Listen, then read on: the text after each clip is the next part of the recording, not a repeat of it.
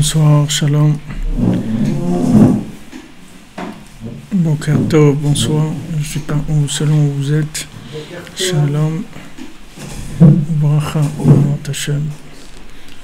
Que de bonnes nouvelles, beaucoup d'Atzlacha.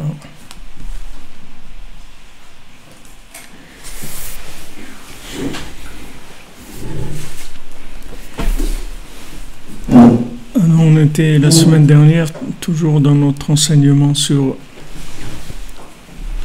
la Rosh Chodesh al-Chazaïn. Dans le Kouta Halachot, c'est page 248.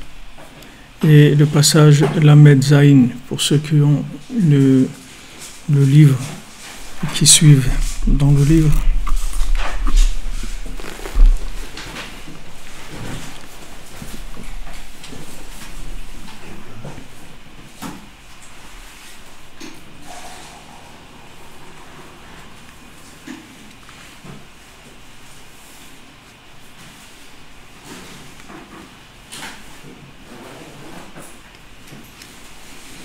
Je crois qu'on est arrivé Bemet Lamed Vav.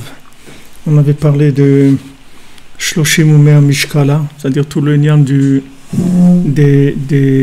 offrandes qu'on amène au Beth Amikdash.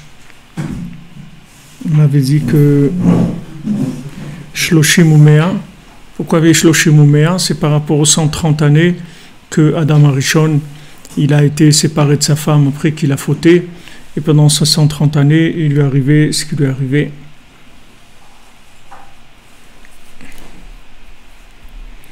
Et comme on a vu aussi que la sortie d'Égypte, elle a commencé 130 ans aussi après l'esclavage. C'est-à-dire Moshe Rabbeinu, il est né 130 ans après le début de l'esclavage parce qu'il fallait cette période-là pour permettre de réparer le Chet d'Adam Rishon. Donc comme on avait vu que en fait la construction du Mishkan, c'est pour la réparation du Chet d'Adam Rishon, de la faute du premier homme. Et donc on avait vu la semaine dernière Shloshim Umea Mishkala. Et là la Medva veut dire Gam Ka'arat Gematria Tesha. Maintenant Ka'arat aussi c'est Gematria 9, c'est-à-dire ça fait je sais pas comment il compte 9 parce que ici ça a l'air d'être 870, je sais pas. Tesha Prinat Me'av Eshet Shen Dachshur Rabbeinu Zal Umova Bepirush Rashi Ze Torat Kohanim Shu Natun Be'emtza Chamisha Chumashim Ke Me'ayim Halelu. Alors Rashi dit que c'est dans Torat Kohanim que Torat Kohanim se trouve au milieu des 5 Chumashim, c'est-à-dire si on prend tous les 5 livres de la Torah, alors là les enseignements, c'est-à-dire toutes les lois pour les Kohanim, c'est au milieu de toute la Torah. Et Rashi dit comme ces entrailles, c'est-à-dire comme le ventre qui se trouve au milieu.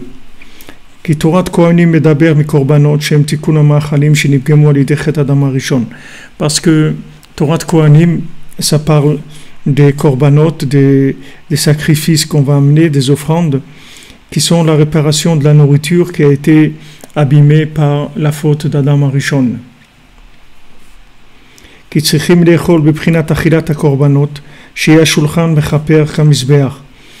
Donc, quand on mange, il faut que toute notre nourriture, elle soit comme des offrandes pour Hachem, que la table, elle expie les fautes comme le misbeach, comme l'autel sur lequel on a mis les korbanot. Ça s'est ramené dans la Gemara dans Brachot et dit Shulchano shel Adam mechaper comme un misbeach. C'est-à-dire que la table, c'est comme le misbeach. Valken nirmaz Torat Kohanim bepasuk me'av eshet shen. C'est pour ça que la Torat Kohanim, toutes les halachot de Kohanim, on y fait allusion dans un verset où c'est écrit me'av eshet shen. Me'av, ses entrailles, eshet shen, shen c'est des dents, eshet, je ne sais pas ce que c'est.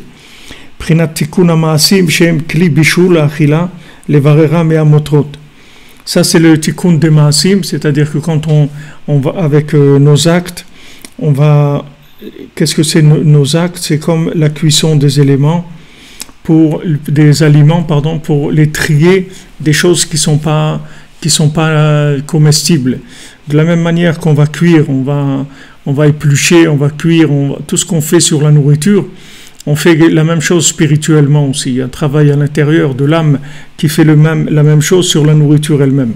Donc il y a un tri qui se fait par le corps et physiquement, c'est-à-dire qu'on nettoie, on prépare la nourriture, on enlève des choses. Tout ça, c'est Hachem, il aurait pu faire que la nourriture elle soit prête à la consommation immédiate, mais toute l'intervention de l'homme sur la nourriture, c'est quelque chose de fondamental.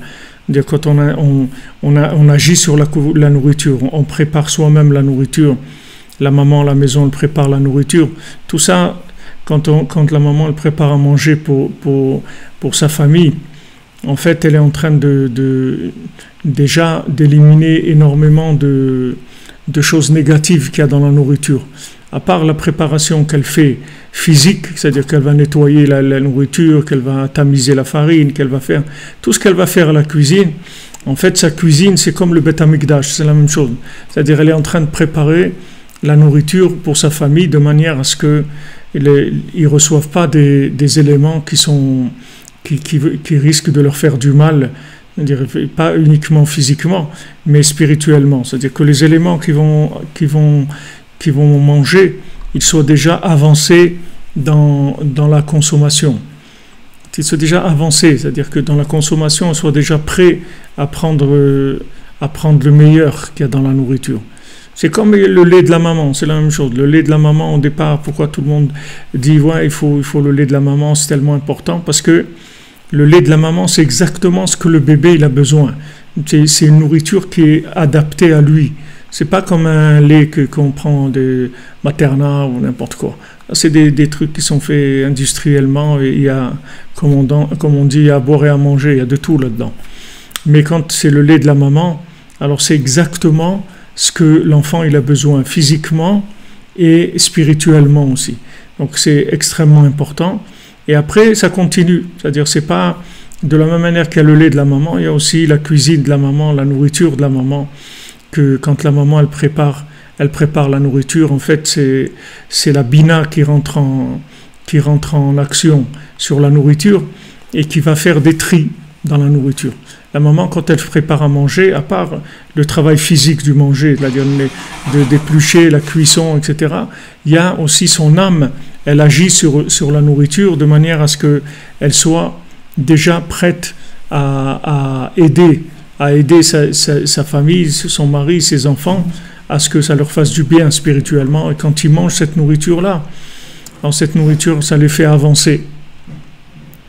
Des fois, il n'y a pas besoin de beaucoup de discours. C'est-à-dire que si à la maison, la maman, elle préparait à manger, elle aurait beaucoup moins besoin de parler après avec ses enfants ou avec son mari pour essayer de rattraper des situations ou des choses. Parce que toutes les situations qu'il faut après corriger, etc., ça vient du Chet d'Adam Arishon, c'est-à-dire qui est principalement, ça s'est manifesté dans la nourriture, puisque tout le lien de l'arbre de la connaissance du bien et du mal, c'est de la nourriture. Donc dans la nourriture, c'est là où il y a une emprise la plus forte de la faute d'Adam Arishon. Donc on a un travail personnel au niveau de la cacheroute, de tout, aussi de la nourriture, de sa qualité et tout, mais la nourriture qui est préparée par une maman, que cette maman elle est cachère, alors c'est quelque chose qui va mamache faire comme si après la nourriture c'est des corbanotes que le mari, les enfants ils mangent une nourriture qui est déjà très très élevée. Elle a déjà été énormément préparée pour élever l'âme. Donc c'est un travail qui se fait en silence, mais c'est le travail le plus puissant qu'il y a. C'est encore plus puissant que les mots, que tout, parce que ça agit directement. Les mots, il y a des défenses avec le cerveau. La personne, elle peut se défendre, elle peut aller contre, elle peut se révolter. Mais la nourriture, du moment où la personne elle mange, il n'y a pas de défense. C'est-à-dire que la nourriture, elle vient, elle agit sur l'individu. Pour ça que vous verrez chez les chassidim, Avraham Avinu, tout, qu'est-ce qu'il faisait? Il faisait donner à manger aux gens. Pourquoi leur donner à manger? Avraham Avinu, c'était les restos du cœur. C'est pas un resto du cœur, Avraham Avinu. Avinu, c'est pas un resto du cœur. Abraham Avinu, c'est pour que les gens ils fassent tchouva. C'est pas. Il savait que quand Sarah, elle préparait quelque chose à manger, celui qui mange ça, il est terminé, c'est fini. C'est-à-dire, il a plus de libre arbitre. C'est la nourriture qu'il va manger, elle va l'emporter complètement dans un autre monde. Elle va le nettoyer de toutes les résines qu'il a en lui, de toutes les clipotes qu'il a en lui, etc. Ce sont des choses basiques, qui sont basiques, mais que le monde, il essaye d'effacer avec tout ce qui est nourriture à l'extérieur, etc.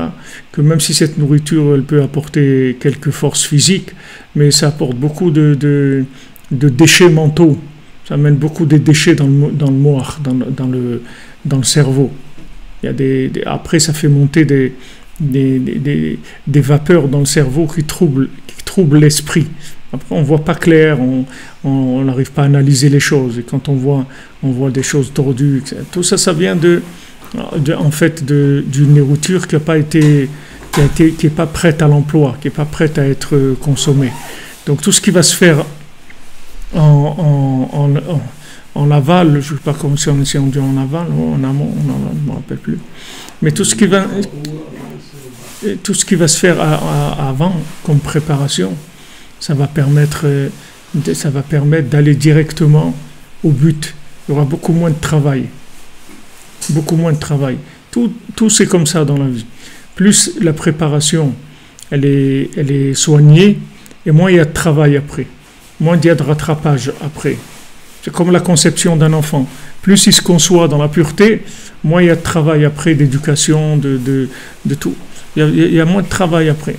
Et moins les parents ils ont fait attention dans la conception, et plus après ça va leur coûter, c'est-à-dire il va falloir qu'ils réparent. Chaque chose basique comme ça qu'il y a dans le monde, les choses qui sont la racine, c'est là où le principal se trouve, c'est là où ça se passe. Et après, on va corriger le tir, on va essayer d'arranger après. Alors, ce qu'il dit ici, Tikkun ha'ma'asim she'em kli bishul ha'achila levarara me'hamotrot. Donc, c'est kli bishul, c'est-à-dire c'est les récipients qui font cuire la nourriture de manière à éliminer les motrot, éliminer tout ce qu'il y a en plus. Comme Rabbeinu dit qu'il ne faut pas manger des fruits qui ne sont pas mûrs. Rabbeinu dit que si on mange des fruits qui ne sont pas mûrs, alors c'est très dangereux parce que la personne elle peut mourir de ça, de manger des fruits qui ne sont pas mûrs. Parce que si le fruit n'est pas mûr, quand la personne elle le mange, alors le fruit il a besoin de grandir parce qu'il n'a pas fini, il n'est pas mûr. Donc il a besoin de grandir. Avec quoi il se nourrit? Il se nourrit du nefesh de la personne. Il se nourrit de l'âme animale de la personne. Et non seulement ça l'affaiblit, mais ça peut, entraîner des maladies, ça peut même entraîner la mort. Donc Rabbeinu l'a dit de faire très attention, de ne pas manger des fruits qui ne sont pas mûrs. Maintenant, si les fruits, ils ont été cueillis quand ils n'étaient pas mûrs, et qu'on les a laissés à l'extérieur, et qu'ils ont mûri à l'extérieur, il n'y a pas de problème. Mais au moment où on les met dans le corps, il faut qu'ils soient mûrs. Parce que sinon, ils vont continuer leur croissance avec les forces de l'individu qui les a mangés. Donc c'est ça le plateau d'argent avec de la farine qui est le tikkun de la nourriture, la réparation de la nourriture, c'est-à-dire enlever toutes les vapeurs nauséabondes, toutes les choses qui viennent troubler la nourriture. Parce que dans l'assiette, le kahara ça peut être un plateau ou une assiette, on mange la nourriture. Alken kahara d'gematria eshet prinat me'av eshet shen prinat korbanot tikkun ha'machalim. Donc il dit que l'assiette c'est la gematria de eshet qui est me'av eshet shen, c'est-à-dire me'av c'est les entrailles, eshet je sais pas mais ça doit être une partie du système digestif, et shen c'est les dents. Prinat korbanot tikkun ha'machalim, qui est le principe des korbanot, qui est la réparation de la nourriture. Donc dans la nourriture, il y a un travail à faire, et Rabbeinu dit que c'est extrêmement important dans Avodat Hashem. Celui qui veut rentrer dans Avodat Hashem, la nourriture c'est quelque chose de très important, parce qu'il peut se fatiguer d'un côté, il pour essayer d'attirer un petit peu de sainteté, un petit peu d'enthousiasme, pour servir Hachem, pour faire la Torah, etc. Mais si dans la nourriture il ne fait pas attention, alors il nourrit des choses, il va mettre dans son corps des choses qui vont lui faire beaucoup de mal, qui vont le déranger énormément dans la Avodat Hachem. Alors qu'à côté, ça lui coûte beaucoup d'efforts pour essayer d'avancer. Et ça, en mettant de la nourriture qui est dans son corps, qui n'a pas été préparée comme il faut, et cette nourriture, elle risque de lui causer des problèmes qu'après, il faut qu'il travaille beaucoup plus alors qu'il serait arrivé plus facilement s'il n'avait pas ces handicaps. Alors, il se crée lui-même des handicaps avec la nourriture. Bien sûr, les brachot, tout ce qui est autour de la nourriture. Tout ce qui est autour de la nourriture sont des éléments qui vont permettre d'enrichir le corps et l'âme. D'enrichir le corps et l'âme. Surtout que l'âme, elle prenne des forces dans la nourriture. Alors la Metzaïn dit Gam Kaharat Otiyot Akeret. Alors Kaharat, l'assiette, c'est aussi les mêmes lettres que Akeret. Akeret, ça veut dire la principale, c'est-à-dire celle qui est la plus importante. Prinat Emuna Shenikret Akeret Abayit. La Emuna, qui est la Akeret Abayit, qui est la maîtresse de maison. Akeret Abayit, ça veut dire c'est celle qui est maîtresse de maison, c'est la maman dans la maison. Celle qui s'appelle Akeret Abayit, c'est celle qui s'appelle la Emuna. En fait, c'est ça son travail. C'est-à-dire que une femme, c'est de la Emuna vivante. C'est ça une femme. Une femme, c'est de la Emouna concrétisée dans un corps humain. C'est ça. Donc, là où elle agit, elle enlève automatiquement tous les éléments qui sont faux. La chokhma, c'est l'homme, il a la chokhma, il capte des informations. La chokhma, c'est l'information qu'on capte. Maintenant, dans ces informations, il y a, comme on dit, à boire et à manger. Il y a à prendre et à laisser. D'accord ? Maintenant, la femme, elle prend ces informations et elle va les traiter dans la bina, dans la emuna. Et elle va éliminer tout ce qui n'a rien à voir avec notre chemin, avec ce qu'on s'est fixé comme but, avec l'endroit auquel on doit arriver. D'accord ? Donc, Akeret, on comprend bien que Kehara, c'est Akeret. En fait, l'assiette, c'est la femme elle-même. L'assiette, c'est la femme elle-même. C'est pour ça qu'il y a une expression dans la Torah pour dire que si quelqu'un il a une femme, alors on dit il est shlopat besalo, il a du pain dans son assiette. Quand on dit quelqu'un il a du pain dans son assiette, c'est une façon de dire qu'il est marié, qu'il a sa femme. On dit il a du pain dans son assiette. Alors le lien de Kehara, de l'assiette, c'est comme Akeret, c'est comme la maîtresse de maison. En fait, la femme, c'est une usine à trier, c'est-à-dire c'est la Emouna qui trie sans arrêt. Elle trie sans arrêt, elle reçoit des informations, elle trie, comme le marché ou les trucs, elle reçoit la nourriture, elle épluche, elle jette des trucs, elle vérifie s'il n'y a pas des vers dans les trucs, elle fait cuire la viande, elle cachérise. Bon, maintenant aujourd'hui, il n'y a pas beaucoup de femmes qui cachérisent la viande. Elle fait le pain, dans tout ce qu'elle fait. D'ailleurs, vous verrez si le mari s'occupe de vider les poubelles le vendredi après-midi, il y a du travail, il y a des poubelles, il y a beaucoup de poubelles, il y a beaucoup de choses à jeter. Tout ça, c'est tout ce qu'elle a éliminé de ce qui n'était pas consommable, ce qu'il fallait pas. Alors il y a des poubelles comme ça qui sont des poubelles matérielles, et il y a des poubelles aussi spirituelles, c'est-à-dire où elle va éliminer aussi par la force de son âme, elle va éliminer toutes les choses qui vont venir pour essayer de troubler, de faire du mal, faire du mal à son mari et à ses enfants. C'est-à-dire toutes les énergies négatives qui vont essayer de se glisser. Donc il y a des poubelles qui se trouvent dans la nourriture, de la même manière qu'à un premier niveau. On va éplucher une pomme de terre avant de la faire cuire, on va jeter les épluchures, on va faire ce qu'on va faire avec, ça s'appelle des déchets. Il y a une deuxième étape où dans la nourriture elle-même, il y a des déchets. Dans la nourriture elle-même, même une fois que tu as épluché la pomme de terre et que tu l'as cuite, il y a des déchets encore dans la pomme de terre. C'est-à-dire que cette pomme de terre, il y a des choses à prendre et il y a des choses à laisser. Maintenant, un homme, il ne peut pas faire ça. Même si un homme, il fait la popote, ça ne sert à rien qu'il fait la popote, parce qu'un homme, c'est pas lui. Un homme, il ne doit pas cuisiner. C'est pas son travail de cuisiner. Un homme, il doit aller être en recherche tout le temps d'informations nouvelles, d'amener tout le temps du nouveau, des choses nouvelles. Lui, il va à la chasse. Il va chasser, il va chercher de la nouveauté, il va chercher. Quand l'homme, il amène de la parnassa, après cette parnassa-là, elle se transforme en nourriture, elle se transforme en vêtements, elle se transforme... Et après, la femme, elle va faire le tri dans ces éléments-là. Elle va faire le tri. Mais le mari, c'est pas lui à faire la popote, c'est pas son igname. C'est pas là-dedans qu'il doit être. Il peut aider sa femme si elle a besoin d'aide, etc. Mais s'il l'aide, il rentre sous sa tutelle, donc il n'y a pas de problème. S'il vient pour l'aider à cuisiner, s'il veut lui éplucher les pommes de terre ou faire la vaisselle ou n'importe quoi, il n'y a aucun problème de l'aider. Mais s'il vient pour l'aider, mais ce n'est pas que lui qui fait les choses. C'est pas lui le chef cuisinier. C'est pas un chef cuisinier. Un homme, il n'a pas été chef cuisinier. Qu'est-ce qu'il va faire chef cuisinier? Un homme, c'est pas son igname. C'est-à-dire, même s'il veut le faire, même s'il est plus fort que la femme quand il fait un gâteau ou n'importe quoi, c'est pas son makom, c'est pas là où il doit agir. Sa place, c'est pas là. Parce que pour trier, il faut de la émouna. La femme, c'est un morceau d'émouna, c'est que de la émouna. La femme, c'est que de la connexion, que de la émouna, elle a que ça. Donc tout ce qui rentre, ça se trie automatiquement. C'est-à-dire que tout ce qui va venir dans la maison, ça c'est à garder, ça c'est à jeter. Déjà un premier niveau. Deuxième niveau, après avec son âme, elle est claire dans la nourriture, et elle enlève tous les éléments qui sont des influences extérieures.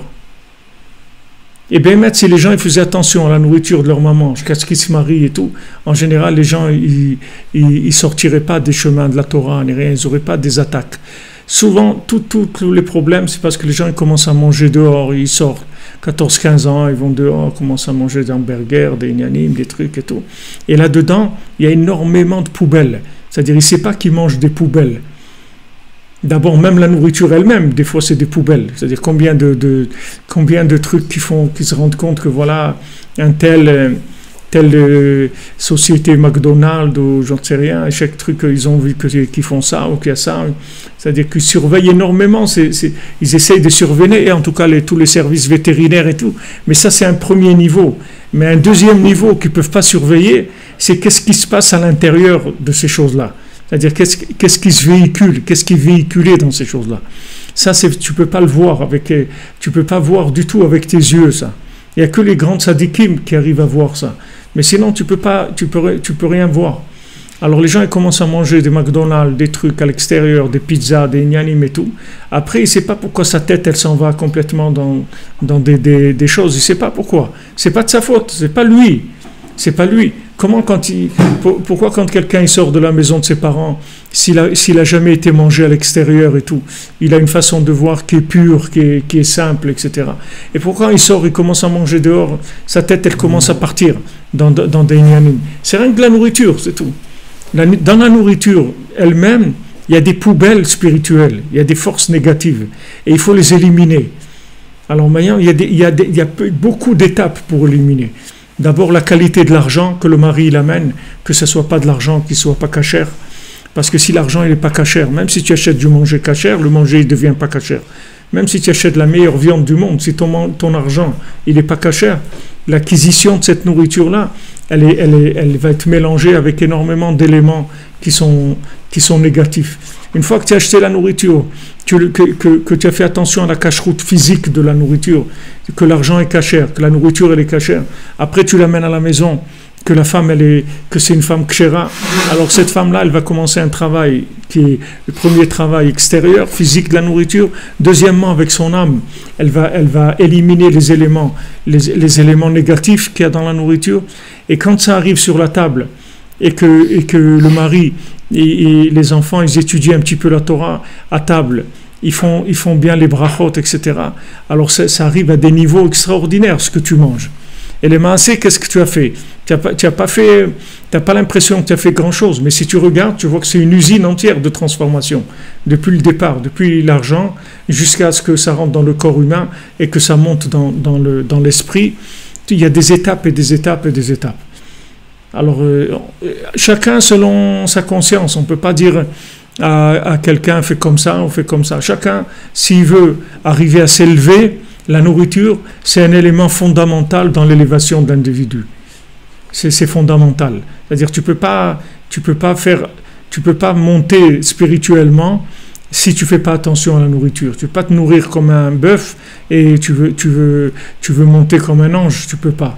Le bœuf, il va te tenir par terre, il va te tirer avec ses sabots, il va te mettre par terre.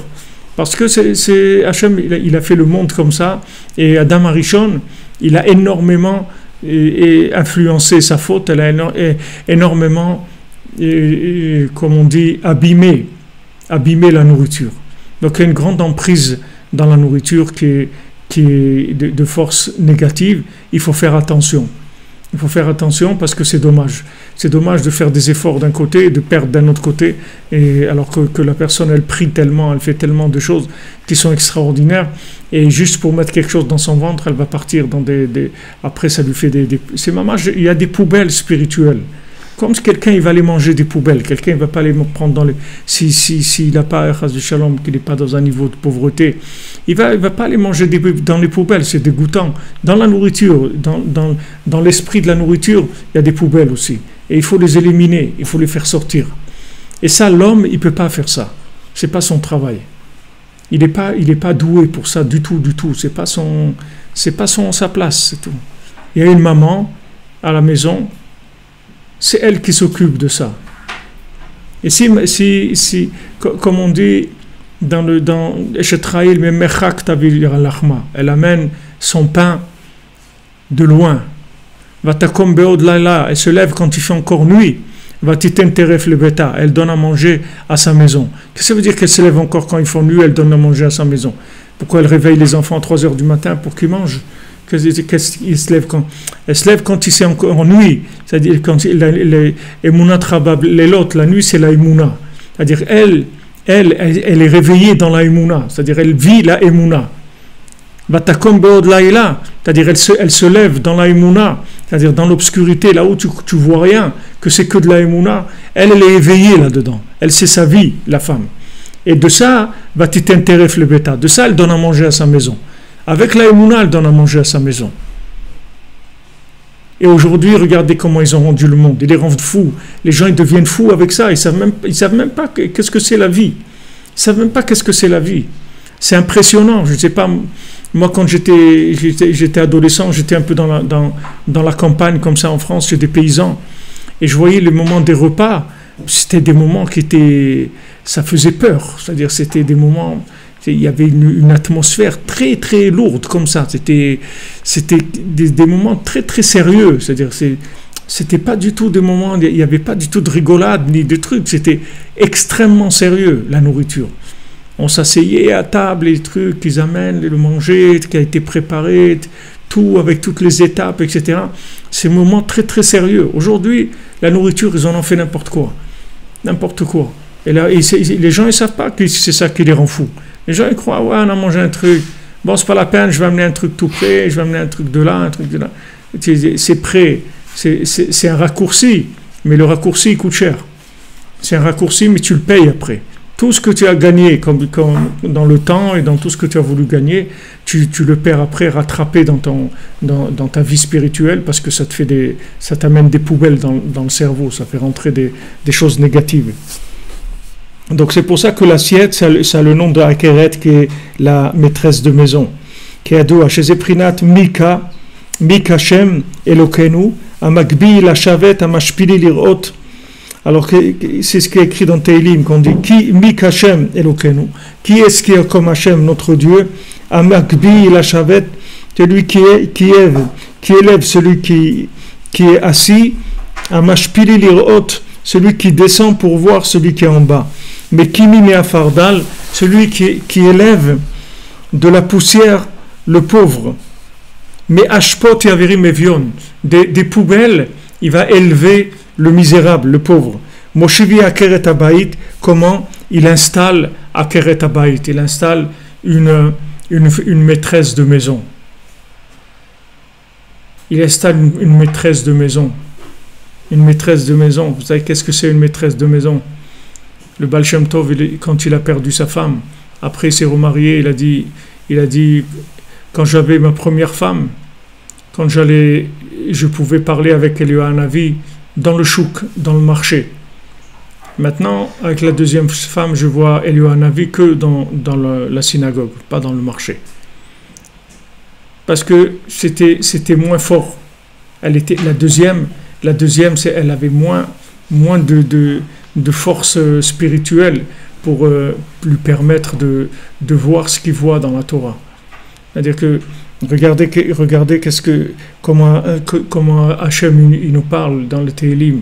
Il dit, regarde, Mekimi Me'afar Dal, il lève de la poussière un dal, comme on dit, quelqu'un qui a la dalle, quelqu'un qui vaut que dalle. Tous ces mots-là, c'est des mots, ça vient de l'hébreu, c'est dal. Dal, ça veut dire pauvre, misérable. Mais Kimi Me'afar Dal, Hachem il élève de la poussière le pauvre. Miashpot et Yarim Evion. De la poubelle, il va faire sortir un misérable. Comment? Moshivi Akeret Abayit, il installe une maîtresse de maison.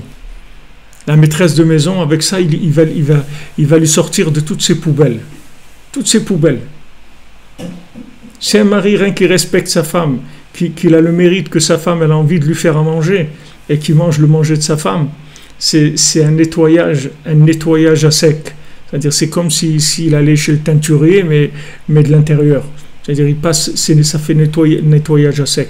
Ça nettoie toutes les clipotes qu'il a à l'intérieur.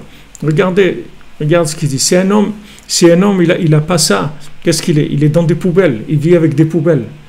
Il vit avec des poubelles parce qu'il prend tout. Il n'a pas la bina pour trier. Il prend tout. Il prend, c'est tout. Il prend du bien, il prend du mal. Il ne sait pas qu'il n'a pas la bina pour arriver à faire le tri entre les choses. Alors Hachem, comment il arrive? Comment il est Meki Me'afardal? Comment il fait que Me'ashpot Yerim Evion? Par le fait que il est Moshivi Akeret Abayit. Il installe une maîtresse de maison. Shebeotsem Gavo Shoit Barach Magbi Lashavet. Que dans sa hauteur, Hachem qui élève la personne pour qu'elle puisse s'installer.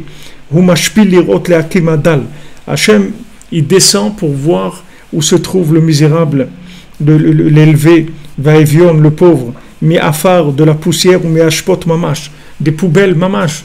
Il dit ici Rabbi Nathan, c'est pas de la poésie. On n'est pas en train de faire de la poésie ici. Quand on dit des poubelles, c'est pas des images. On n'est pas Baudelaire ici. On n'est pas en train c'est pas de la poésie. Quand on dit ici des poubelles, c'est des poubelles mamash. C'est pas pour faire pour un langage imagé. C'est une réalité qui est en image aussi, mais elle est aussi en réalité. Qu'est-ce que c'est ces poubelles? C'est tout ce qui monte au cerveau de la nourriture qui n'a pas été triée, qui n'a pas eu une préparation préalable pour être consommée. Et Akadosh Baruch Hu, dans sa miséricorde, il s'occupe de ces pauvres-là, de ces misérables, du cerveau, c'est-à-dire de ces gens-là qui sont pauvres dans leur cerveau, qui sont tombés mamash dans la terre, dans les poubelles.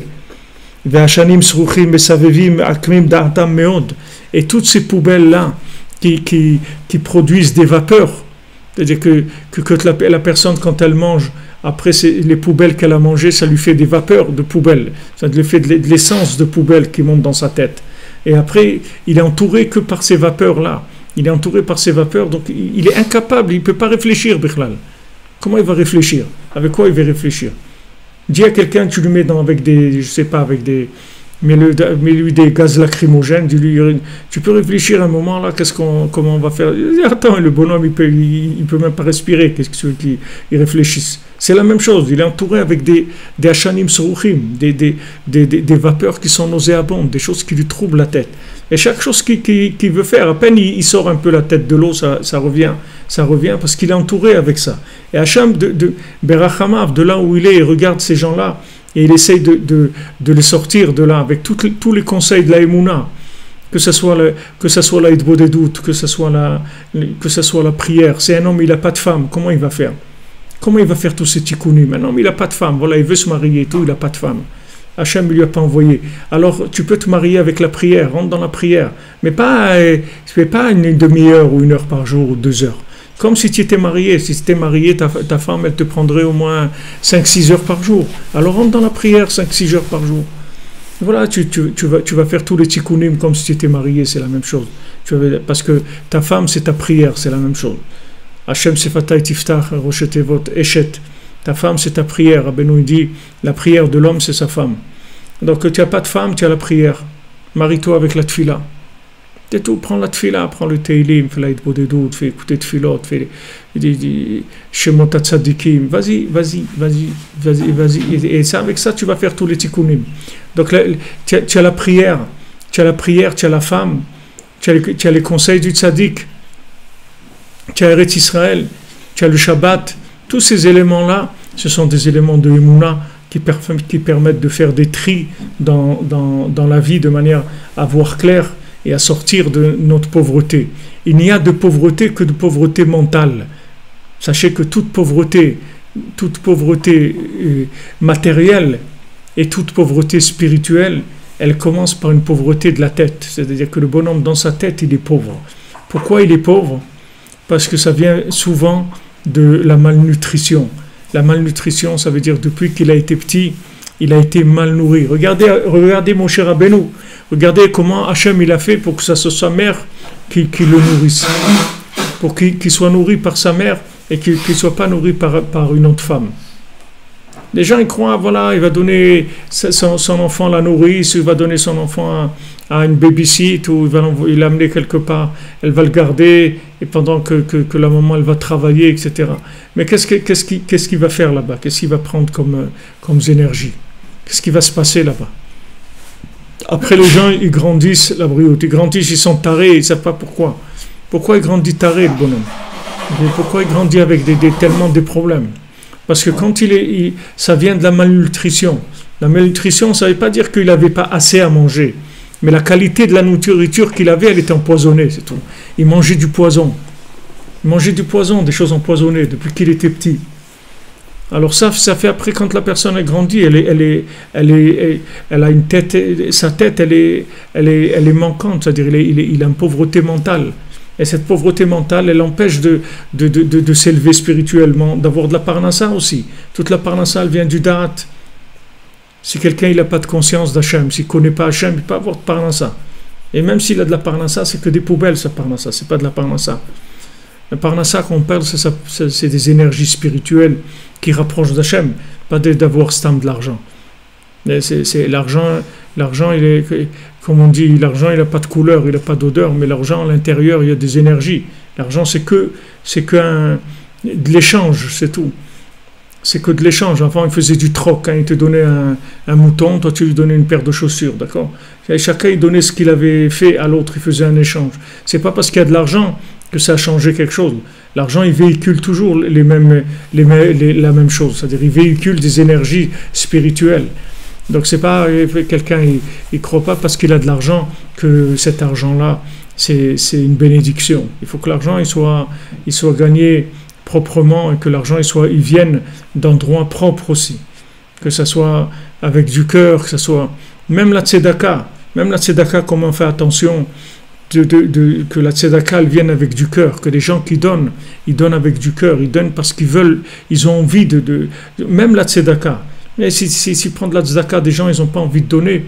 Comment après tu veux que cette tzedaka, elle aide à la Torah ou à la tfila ou à l'éducation d'enfants et tout. Il y a des énergies qui passent là-dedans. Il y a toute une étude qui s'appelle Koach Poel Benifal, ça s'appelle. C'est toute une école philosophique juive qui s'appelle Poel Benifal. C'est-à-dire que tout ce qui s'échange dans le monde, ça s'échange avec des énergies. C'est pas neutre. Il n'y a rien de neutre dans le monde. Il y a ou du positif ou du négatif. Il n'y a pas du parvé. Comme dans le manger, il n'est pas ni lait, ni viande. Il n'y a pas ça. C'est-à-dire que tout ce que tu prends, ça t'amène ou d'un côté ou d'un autre. C'est-à-dire qu'il n'y a pas de choses qui viennent et qui n'ont pas d'influence. Toutes les influences. Alors maintenant, il faut se battre, c'est tout. Pourquoi on dit « Sha'at achila, sha'at milchama » Le moment de la nourriture, c'est un moment de guerre. Pourquoi? Parce qu'il y a une guerre mamache. C'est une guerre entre les poubelles et les énergies positives. C'est des moments de guerre.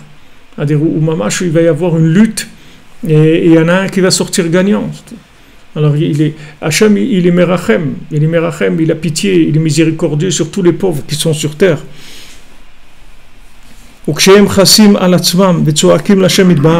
Et quand ces gens-là, ils ont pitié d'eux-mêmes et ils commencent à crier vers Hachem, donc Hachem à ce moment-là, il a pitié d'eux. Il leur envoie des eaux qui sont pures. Et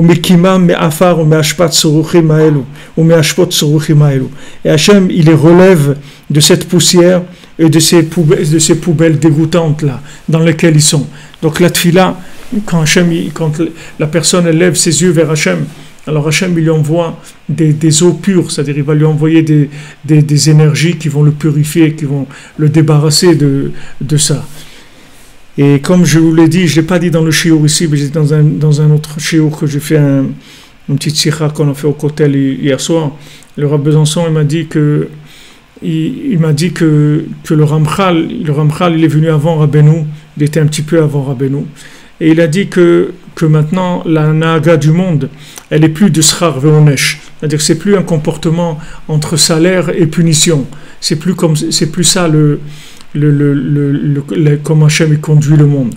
Aujourd'hui, Hachem il conduit le monde que par un rapport de communication entre les individus et lui. C'est tout. C'est plus avant, voilà, je te donne quelque chose, tu le fais, c'est bien, je te donne ce qui te revient, tu fais pas, tu prends un coup de bâton, c'est tout.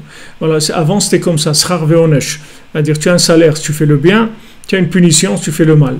Mais à partir de cette période-là, juste avant que Rabbeinu vienne dans le monde, alors ça a changé la naga du monde.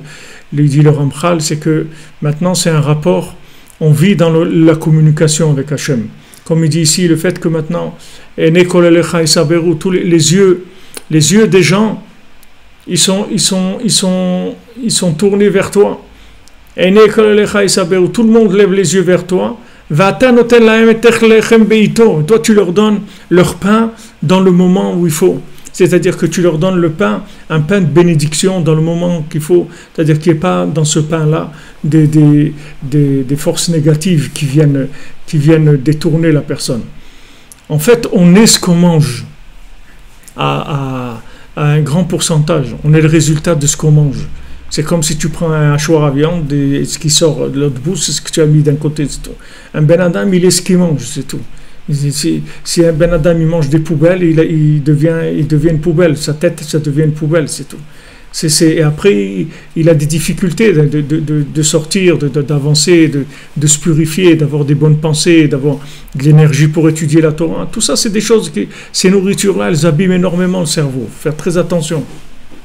Ashrei Chelko, celui qui est zoché de Ishak Shera, de Tfila, de tous ces éléments-là qui sont des éléments de Bina qui vont préparer la nourriture. Qui elu hamayim teorim shehem asfarim akdoshim vetaharim mikol hagilulim prinat vezarakti alechem mayim teorim tehartem mikol tumotechem kelulechem etaheretchem. Donc maintenant ces sfarim kdoshim, c'est-à-dire ces explications de la Torah de Rabbeinu, c'est-à-dire que quand vous voyez, ça c'est encore quelque chose qu'on peut comprendre avec ça. Le chesed Hachem, que Hachem il a envoyé Rabbeinu dans l'Olam, c'est un grand chesed. Rabbeinu il a dit, comment vous devez remercier Hachem tous les jours. Dites merci Hachem, que tous les jours ça c'est moi qui rajoute. Mais Rabbeinu il a dit, comment vous devez remercier Hachem, qu'il vous a envoyé un tzaddik comme moi dans le monde, pour vous lever, pour vous sortir de là où vous êtes. Tous les jours, comment il faut remercier Hachem qui nous a donné un tzaddik comme ça. Mais il faut remercier encore plus Hachem qui nous a donné un élève comme Rabbi Nathan. Et quand est-ce qu'il est né, Rabbi Nathan? Il est né tout Bishvat. Il est né le jour où la sève elle monte dans l'arbre. C'est-à-dire que ce mamash, le koach de tikkun du Ched d'Adam Arishon, c'est mamash pour prendre la Torah de Rabbeinu et en faire de la sève qui va donner une nourriture qui va être entièrement positive, entièrement purifiée. Rabbi Nathan, quand il prend la Torah, il te trie toute la Torah, il te donne à manger dans la Torah que ce que tu as besoin. Tout le reste, il te le jette. Tout le reste, il dit jette. Encore hier soir, j'ai vu une lettre qu'il écrit à son fils. Il lui dit, si tu vois dans des livres des choses qui t'éloignent d'Hachem, jette, jette. C'est pas pour toi. Les livres, ils n'ont pas été écrits pour te casser, pour t'éloigner. Les livres, ils ont été écrits pour te rapprocher d'Hachem. Donc si ça ne te rapproche pas, jette. Alors, combien de tri il te fait? Combien il te fait pour te servir de la Torah qui a déjà été triée? De combien de choses il ne parle pas, Rabbi Nathan? De combien de choses il ne parle pas? Il n'en parle pas du tout, parce que ça, c'est pas la peine d'en parler, c'est pas pour nous.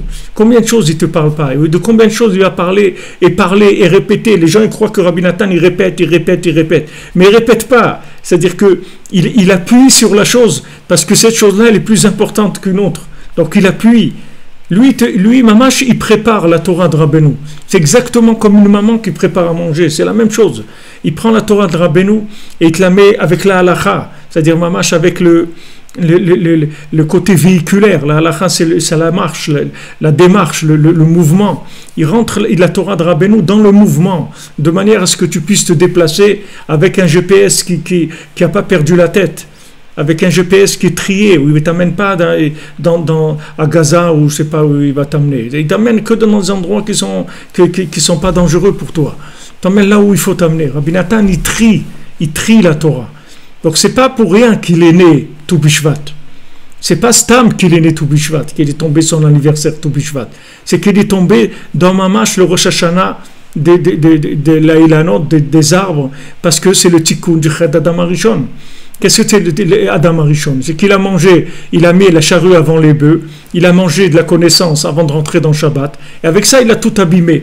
Alors qu'il serait rentré dans Shabbat, il aurait mangé après, il serait arrivé à la perfection avec ça, avec cette nourriture du fruit de l'arbre de la connaissance du bien et du mal. Manger après Shabbat, ça lui aurait donné tout, parce que Shabbat c'est la Emouna. Donc une fois qu'il est rentré dans Shabbat, après il s'amuse avec la connaissance. Après tu t'amuses, tu prends la connaissance, tu fais avec ce que tu veux de la connaissance. Parce que ça y est, tu as la Emouna, elle te tient. Elle te tient dans des zones dans lesquelles tu ne peux pas te perdre. La Emouna, c'est quelque chose qui te tient. C'est un récipient dans lequel tu évolues en zone protégée, en zone sécurisée, en zone purifiée, en zone qui sont comme on dit, qu'on enlève les trucs là dans des chambres qui sont stérilisées, voilà, stérilisées, on enlève tous les microbes, il t'enlève tout. C'est ça le lien du Shabbat, de la Emouna, du Tzadik. Rabbi Nathan, il te prend la Torah et il te dit, voilà, regarde, voilà la Torah pour toi.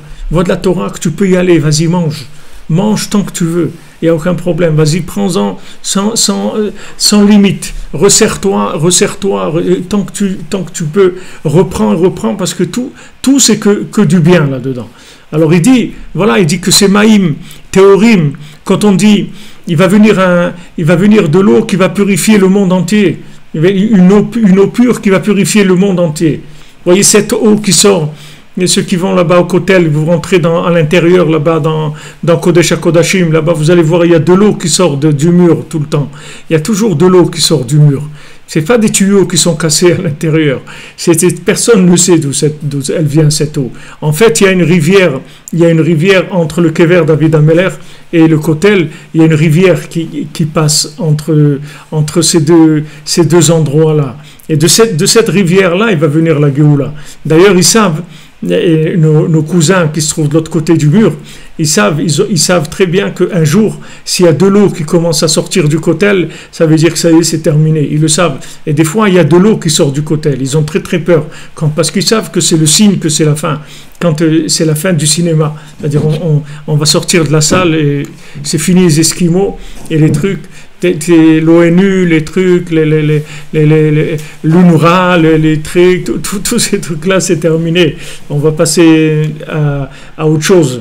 Donc cette eau-là qui va sortir de ces endroits-là, qui sort un petit peu des fois, mais qui va sortir de façon très très forte, c'est cette eau qui vient dans le monde, qui sont les Sfarim de Rabbeinu, que Rabbeinu l'a amené dans le monde. Ces Sfarim-là, ils sont venus pour purifier le monde, c'est-à-dire pour nettoyer la façon de voir les choses.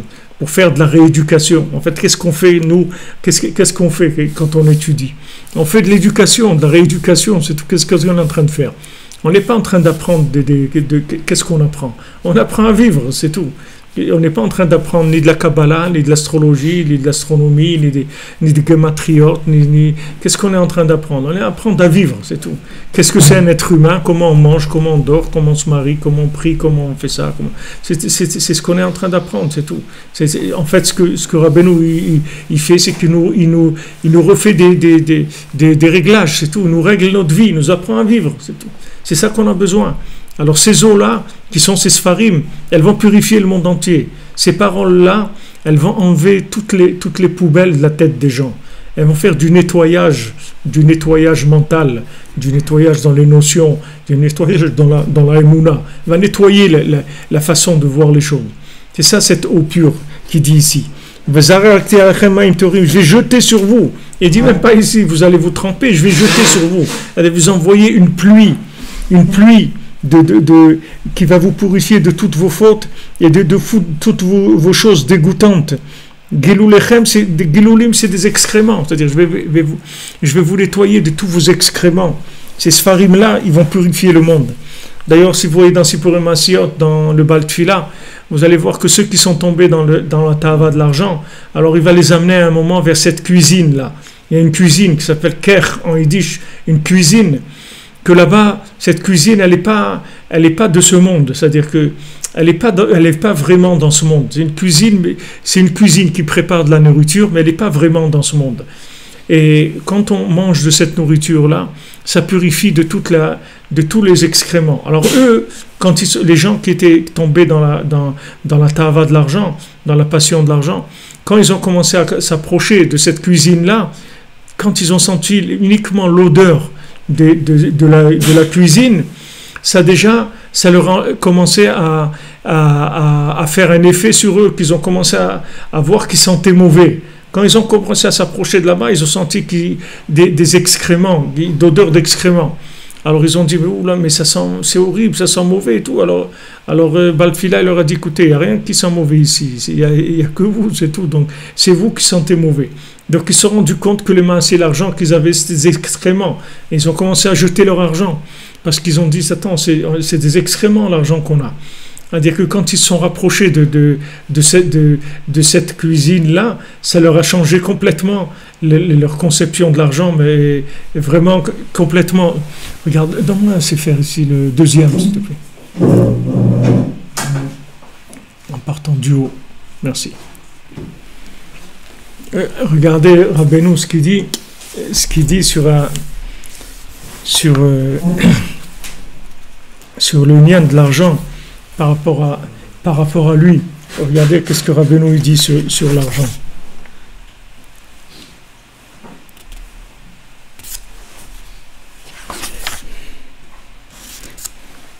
Amar, Rabbeinu, il a dit Ani yechol lekabel mamon arbe bli shiur. Moi, je peux recevoir beaucoup d'argent, sans limite. Velo yetzli shum shinui. Et cet argent, il ne fera chez moi aucun changement. Ça ne va pas m'affecter du tout. Kiderech Adam, parce que d'habitude, pour l'homme, quand il arrive de l'argent entre ses mains, bifrat mamon arbe, surtout si quelqu'un il a beaucoup d'argent, nishtane panav venasin eslo shinuim, son visage il change et ça le change, c'est plus le même. L'argent qui rentre chez lui, ça le change. Les gens ils croient, les gens souvent ils disent ouais, quand je vais être riche alors je vais faire ça et tout, mais ils savent pas que le jour où ils seront riches, ils seront plus qu'ils sont aujourd'hui. Et ce qu'ils ont dit qu'ils vont faire, Birlal, ça n'existe même plus. Combien de gens ils ont dit quand je vais gagner de l'argent, ben je vais acheter une maison à chacun de mes enfants et je vais aider les pauvres, je vais faire des trucs. Tu parles, gagner de l'argent et on l'a plus vu, il a disparu de la circulation parce qu'il devient une autre personne. Rabbeinu dit, ça fait des chinouim. L'argent, il change les gens. Mais lui, Rabbeinu, il dit, avaletzli, afilu mekabel sacha atsum bepam achad. Rabbeinu dit, même si je reçois une somme phénoménale, d'un coup, pas en plusieurs fois, parce que le choc, il est plus grand si tu reçois d'un coup. Il dit donc une très grosse somme d'argent d'un coup, en etzli shum shinul klair. ça change rien du tout chez moi. Ça fait aucun changement. Et Rabbi Nathan il dit, j'ai entendu que Rabbeinu il a dit, chez Kabbalat Mamon Shelo ou Chidush etzel Hashem Yitbarach ben hachidushim sheyesh lo Yitbarach, que maintenant la Kabbalat Mamon de Rabbeinu, c'est-à-dire quand Rabbeinu il reçoit de l'argent, cette chose-là que Rabbeinu il reçoit de l'argent, c'est un chidush chez Akadosh Baruch Hu, cette chose-là. C'est quelque chose de très spécial chez Akadosh Baruch Hu, c'est quelque chose d'extraordinaire.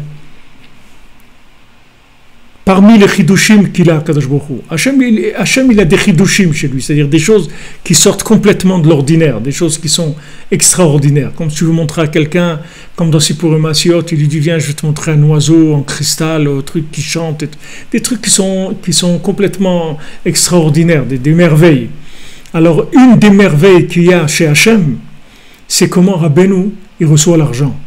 C'est-à-dire le fait que, je ne sais pas, il n'y a pas un mot en français pour dire ça, c'est-à-dire Kabbalat Mamon Sheli, Kabbalat Mamon, comment on peut dire en français Kabbalat Mamon? On est obligé de dire plusieurs mots, parce que Kabbalat Mamon, normalement, il devrait, s'il y avait un mot qui disait le fait de recevoir de l'argent, mais on est obligé de dire le fait de recevoir, parce que le mot, il n'y a pas un seul mot qui veut dire tout ça, mais en hébreu, Kabbalat, ça veut dire le fait de recevoir.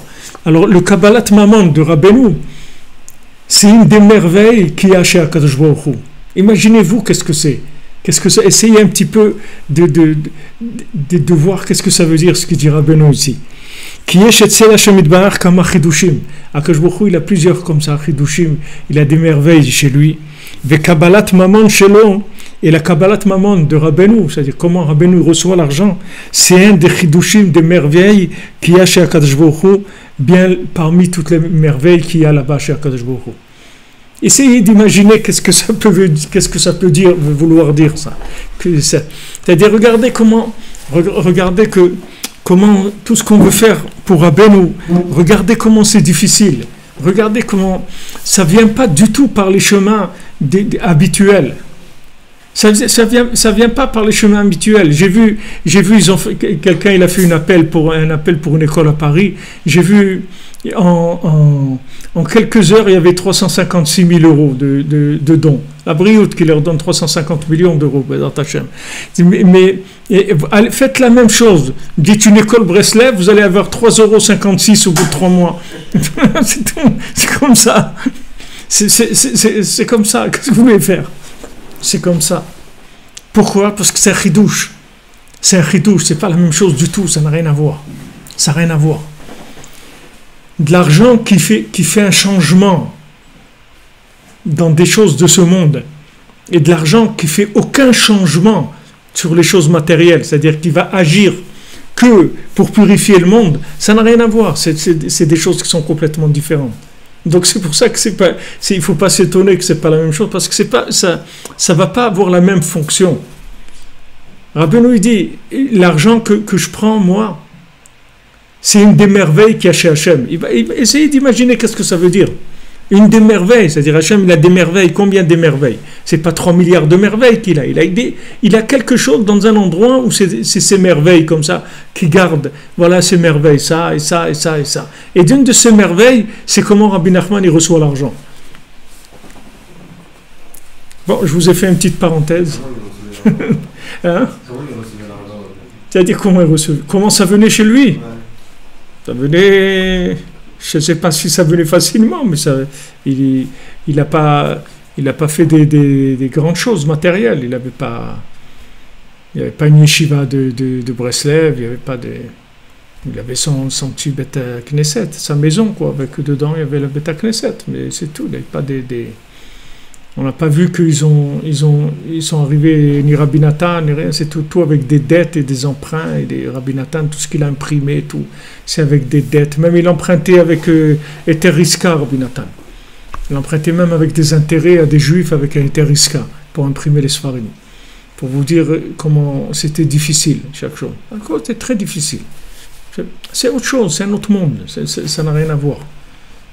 Ça n'a rien à voir. Et même si quelqu'un c'est un donateur et tout, c'est Rabbeinu qui va décider s'il va prendre de lui ou pas. C'est pas lui qui, lui-même s'il veut donner, Rabbeinu va s'arranger, ça va pas arriver. Il va pas arriver à donner. Si Rabbeinu ne veut pas que cette personne-là, elle donne, c'est-à-dire que s'il ne veut pas utiliser ces énergies-là pour son travail, pour ce qu'il a à construire dans le monde, c'est-à-dire pour la Géoula, il ne prendra pas. Même s'il en fait ce qu'il veut, il n'arrivera pas. Il y aura des choses qui vont le bloquer.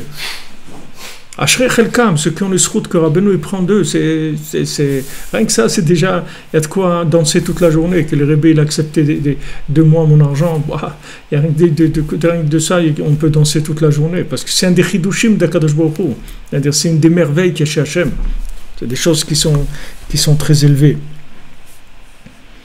Shemaske otam sheyu nichlalim im kol hanefashot shenichlalim be'atzadik ha'emet. Alors maintenant, c'est où les Oshivim, les Divim, les Diviamo. Alors maintenant, il les sort des poubelles, il les installe avec les Nedivim. Les Nedivim, ceux qui ont bon cœur, les gens de cœur, les Diviamo, avec les gens de cœur qu'il y a dans le peuple, dans son peuple.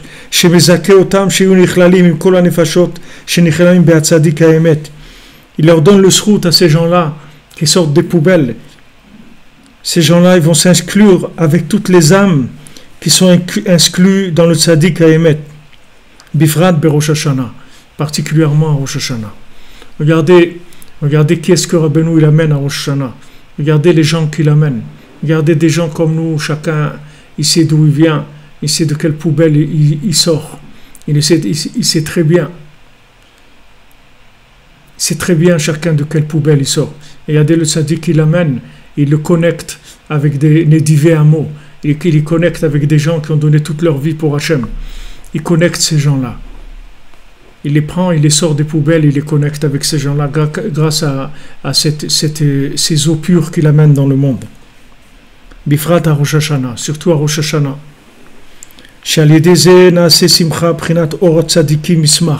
Que grâce à ça, il va y avoir de la joie. Comme c'est écrit, la lumière des tzadikim, ça donne de la joie. Comme c'est expliqué là-bas dans cette Torah. Qu'est-ce que c'est Nedivéamo? C'est les tzadikim et les chachamim amitiyim.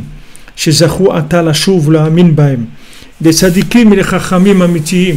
Donc pourquoi il doit dire tzadikim et chachamim amitiyim? Parce que c'est deux choses, tzadik et chacham. C'est deux choses. Rabbeinu il dit tu peux être un tzadik sans étudier la Torah. Même si tu ne connais pas la Torah, tu peux être un tzadik. Mais un Baal Hasaga, c'est-à-dire quelqu'un qui a des Hasagot d'Hachem, tu ne pourras pas si tu n'étudies pas la Torah.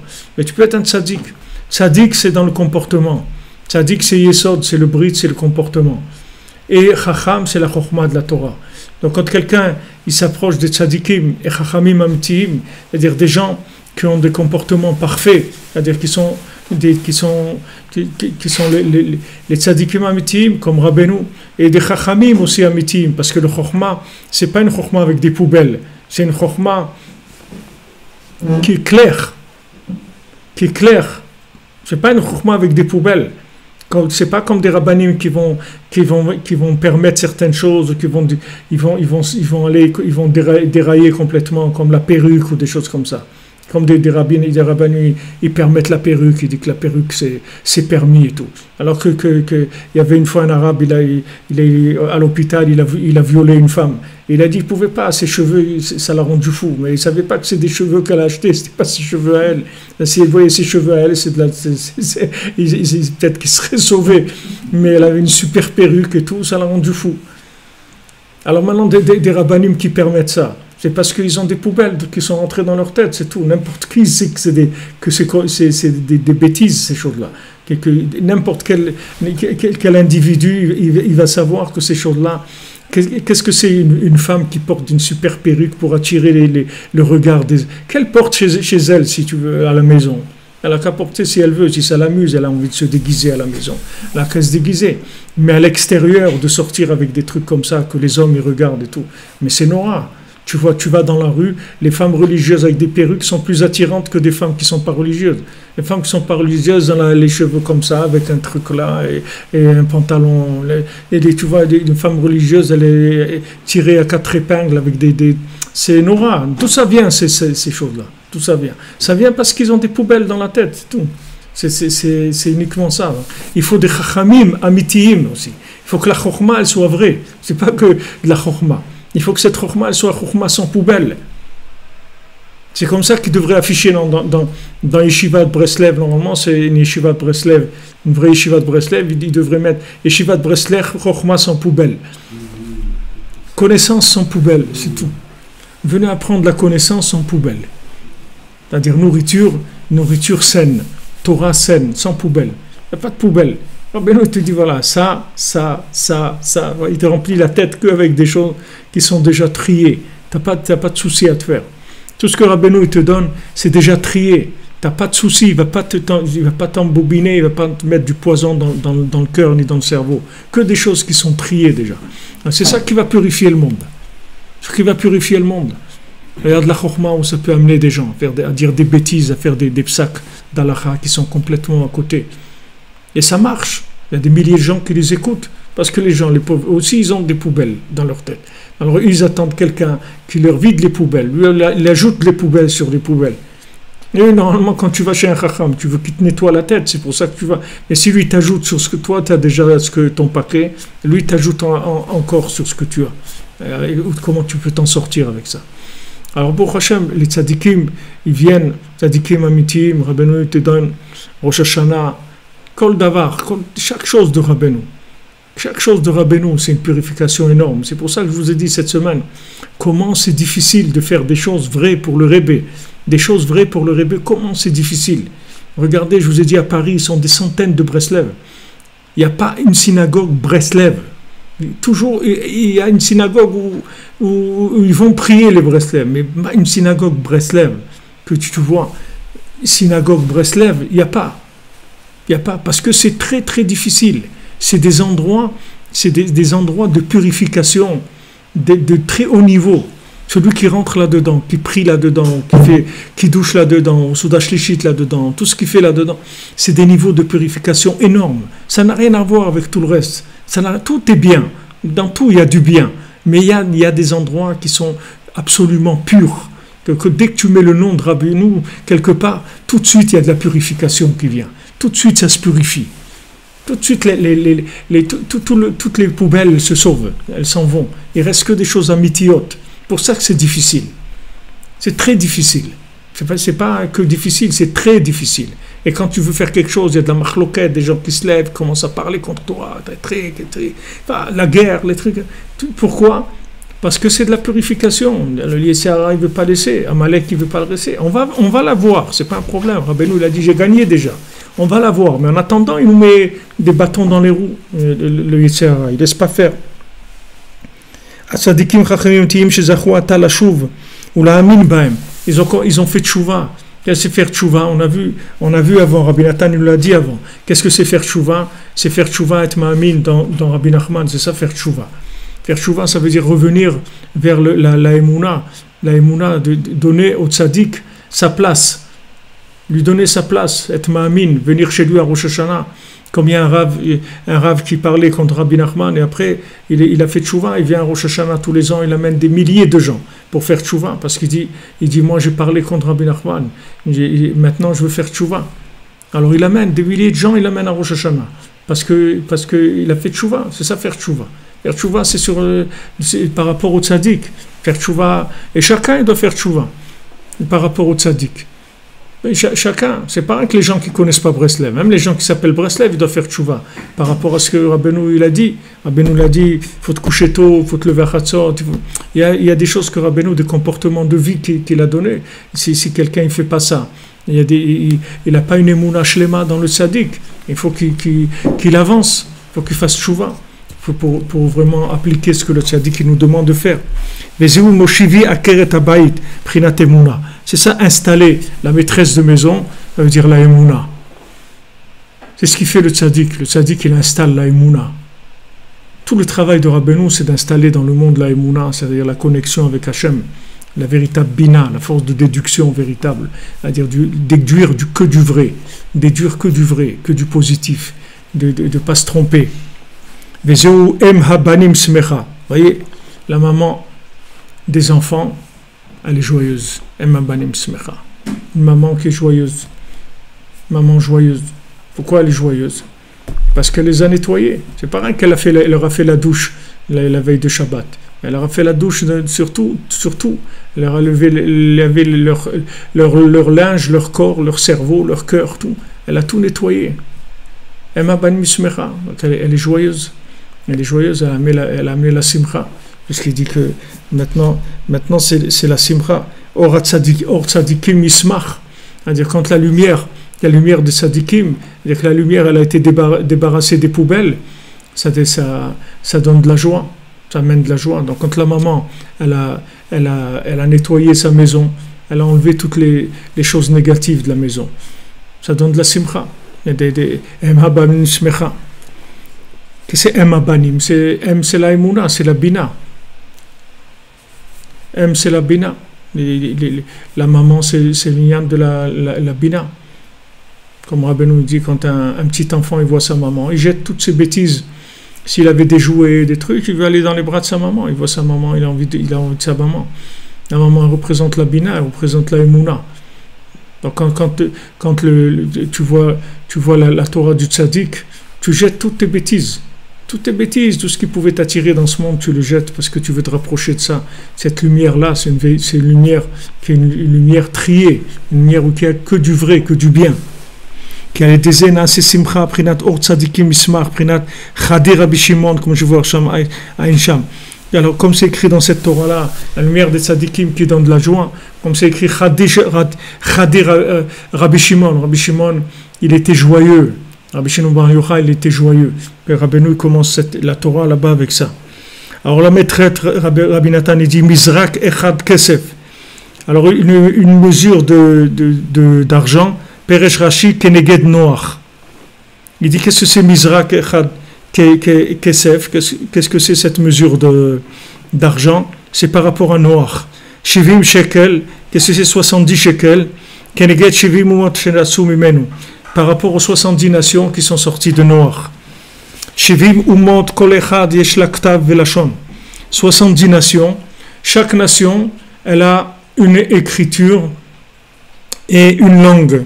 C'est-à-dire qu'elle a sa façon d'écrire et elle a sa langue aussi. Ve'Israël nifcharu mehem bechtav ulashon hakodesh. Maintenant, le Ham Israël a été choisi parmi toutes les nations avec l'écriture et le langage saint. שבשביל זה נצטווה נוח בבניין הטבע להצילו בזכות משה שיצא ממנו, שייתן התורה לישראל. C'est pour ça que Noach, il a reçu l'ordre de construire l'arche pour le sauver. Comment il allait être sauvé? Il a été sauvé par le mérite de Moshe Rabbeinu. Moshe Rabbeinu aussi, il était dans une petite teva. Il était dans une petite arche, un petit panier comme ça. Lui-même, il a été sauvé comme Noach, il a été sauvé des eaux. Alors Moshe Rabbeinu aussi, il est rentré dans l'eau avec sa petite teva. Et il a été sauvé de Paro. Donc il a été sauvé grâce à Moshe Rabbeinu qui allait donner la Torah au Ham Israël. Beprinat beshegam hu basar vaya yamav mea ve'esrim shana. Alors ces jours c'était 120 ans. Qu'est-ce que c'est 120 ans? C'est Moshe qui a vécu 120 ans, comme on va.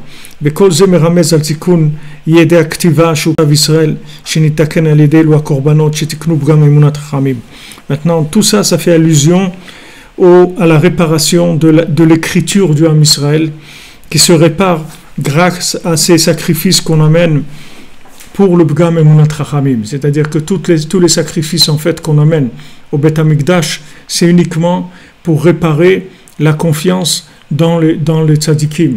Si on avait confiance dans le tzadik, toutes les avérotes seraient effacées, toutes les fautes. C'est comme le Beth Amikdash, c'est la même chose. C'est exactement la même chose. Même au Beth Amikdash, quand tu vas au Beth Amikdash et que tu amènes les korbanot et tout, c'est rien que pour te donner la émouna, c'est tout. C'est pas pour autre chose. Tu fais tchouva sur la émouna. Maintenant, quand tu te rapproches du tzaddik, tu essaies d'écouter le tzaddik, tu pries Hachem, tu lui demandes, tu as le srout de t'approcher du tzaddik, comme faisait Rav Shmuel Shapira, Beikar, la tfila qu'il avait, c'était pour se rapprocher d'Hachem. L'écart, c'était ça, de se rapprocher d'Hachem et du parabéno, c'est-à-dire, je voulais se rapprocher du tzaddik. Parce qu'il sait que si tu te rapproches du tzaddik, tu te rapproches d'Hachem. Si quelqu'un te nettoie le cerveau, il te nettoie le cœur, tout de suite, tu vas voir clair. tout de suite tu vas savoir où tu te trouves, où tu dois aller, tout devenir clair dans ta vie. Pourquoi c'est pas clair? Pourquoi des gens ils font un peu comme ci, un peu comme ça, un peu puis ci, un peu... Parce qu'ils sont pas clairs dans leur tête, ils ont des poubelles. Leur nourriture, elle est avec des poubelles. C'est-à-dire, ce qu'ils ont dans leur tête, c'est mélangé. C'est des idées qui sont mélangées. C'est pas des idées claires. C'est des mélanges. Alors le mélange, ça fait que ça sort aussi des trucs, des façons de vivre qui sont très artistiques, très colorées comme ça. Donc un peu comme ça, un peu comme ci, un peu. Mais le tzaddik, il n'y a pas. Rabbeinu, Rabbeinu, il tranche. Chaque chose que Rabbeinu dit, tu peux être tranquille. Il n'y a rien. C'est fini. Il n'y a rien avant et il n'y a rien après. C'est terminé. Quand Rabbeinu il tranche. Il te dit quelque chose, tu peux être tranquille parce que c'est émettre les amitos. Il n'y a pas des mélanges. Un peu comme si on va changer. Il n'y a rien qui va changer. Il n'y a rien qui va... Même lui, Rabbeinu, il dit après moi, il n'y a pas de rébé. C'est moi le rébé, c'est tout. Et je reste le rébé, il n'y a pas un autre. Parce que si un rébé, il y a un autre après, ça veut dire que l'autre, où il est l'autre? Celui qu'il y avait avant. Et il est parti, il y a un nouveau maintenant. Alors après ce nouveau, il y a encore un autre après qui est nouveau. Et chacun, il va faire ce qu'il a, sa salade comme il veut la faire. Chacun, il va venir, il va amener sa façon de faire les choses. Rabbeinu dit, il n'y a pas de rébé. C'est moi le rébé, il n'y a pas d'autre rébé, c'est fini. Et je suis là, je suis avec vous, je ne pars pas. Vous en faites pas, je ne m'en vais pas, je suis avec vous, je vous dirige, je m'occupe de vous, vous ne faites pas de soucis.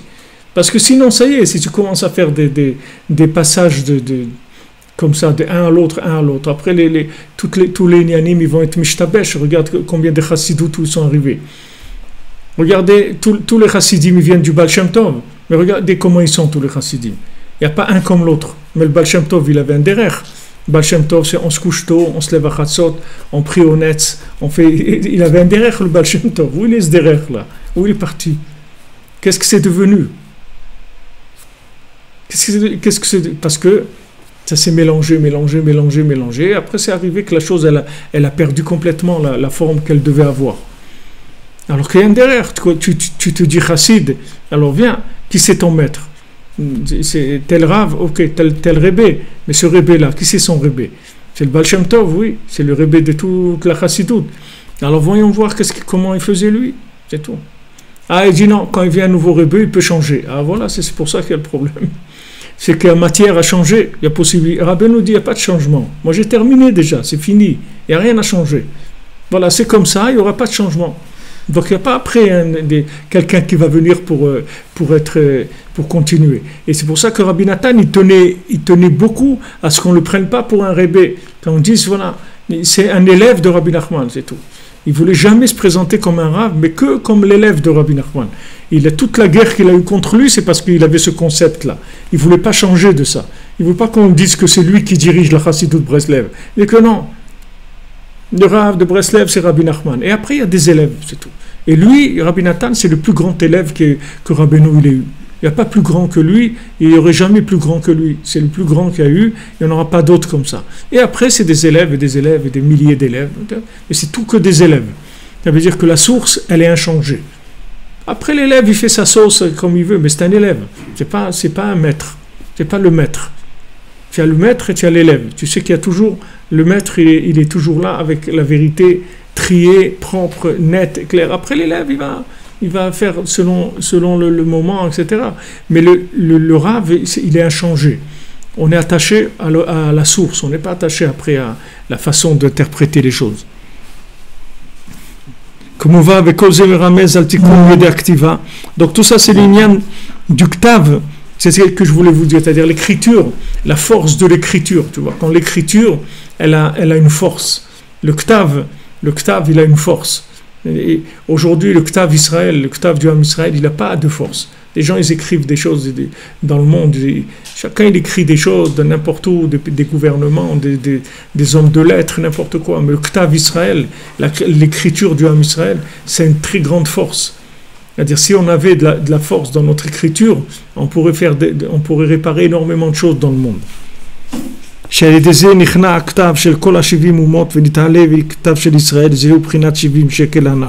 Alors, les 70 shekels qui viennent dans ce Mizra Kesef avec Shivim shekels, c'est par rapport à l'écriture des 70 nations, que l'écriture du Ham Israël, elle doit elle doit être au-dessus de toutes les écritures du monde. De la même manière que toutes les langues, elles viennent du Lashon HaKodesh, l'écriture de Kodesh, elle doit être au-dessus de tout.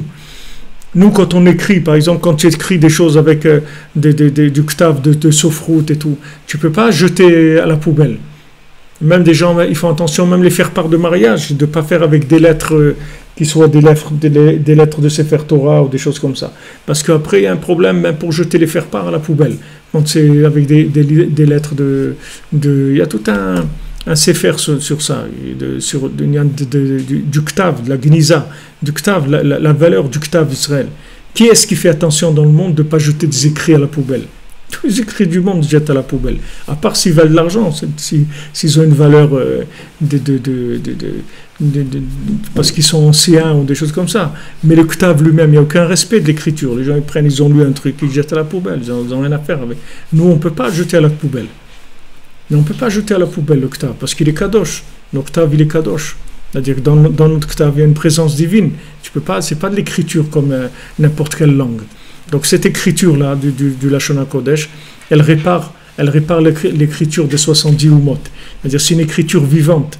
Ce n'est pas comme les autres écritures. C'est une écriture avec une présence divine. Pour l'instant, les nations ne sont pas arrivées à ce que leur écriture elle soit avec une présence divine. Parce que si leur écriture elle était avec une présence divine, ils ne jetteraient pas à la poubelle. Alors qu'ils jettent tout à la poubelle. Il n'y a aucun nian que tu n'entendras jamais quelqu'un qui dit non, il faut respecter les écrits. Il n'y a pas un nian comme ça. C'est rien que dans l'homme Israël qu'il y a ça. Les gens ils peuvent respecter parce que ce livre il appartient à leur grand-père ou à quelqu'un d'important, n'importe quoi. Mais tout ça c'est sentimental. Mais c'est pas la valeur de la chose elle-même.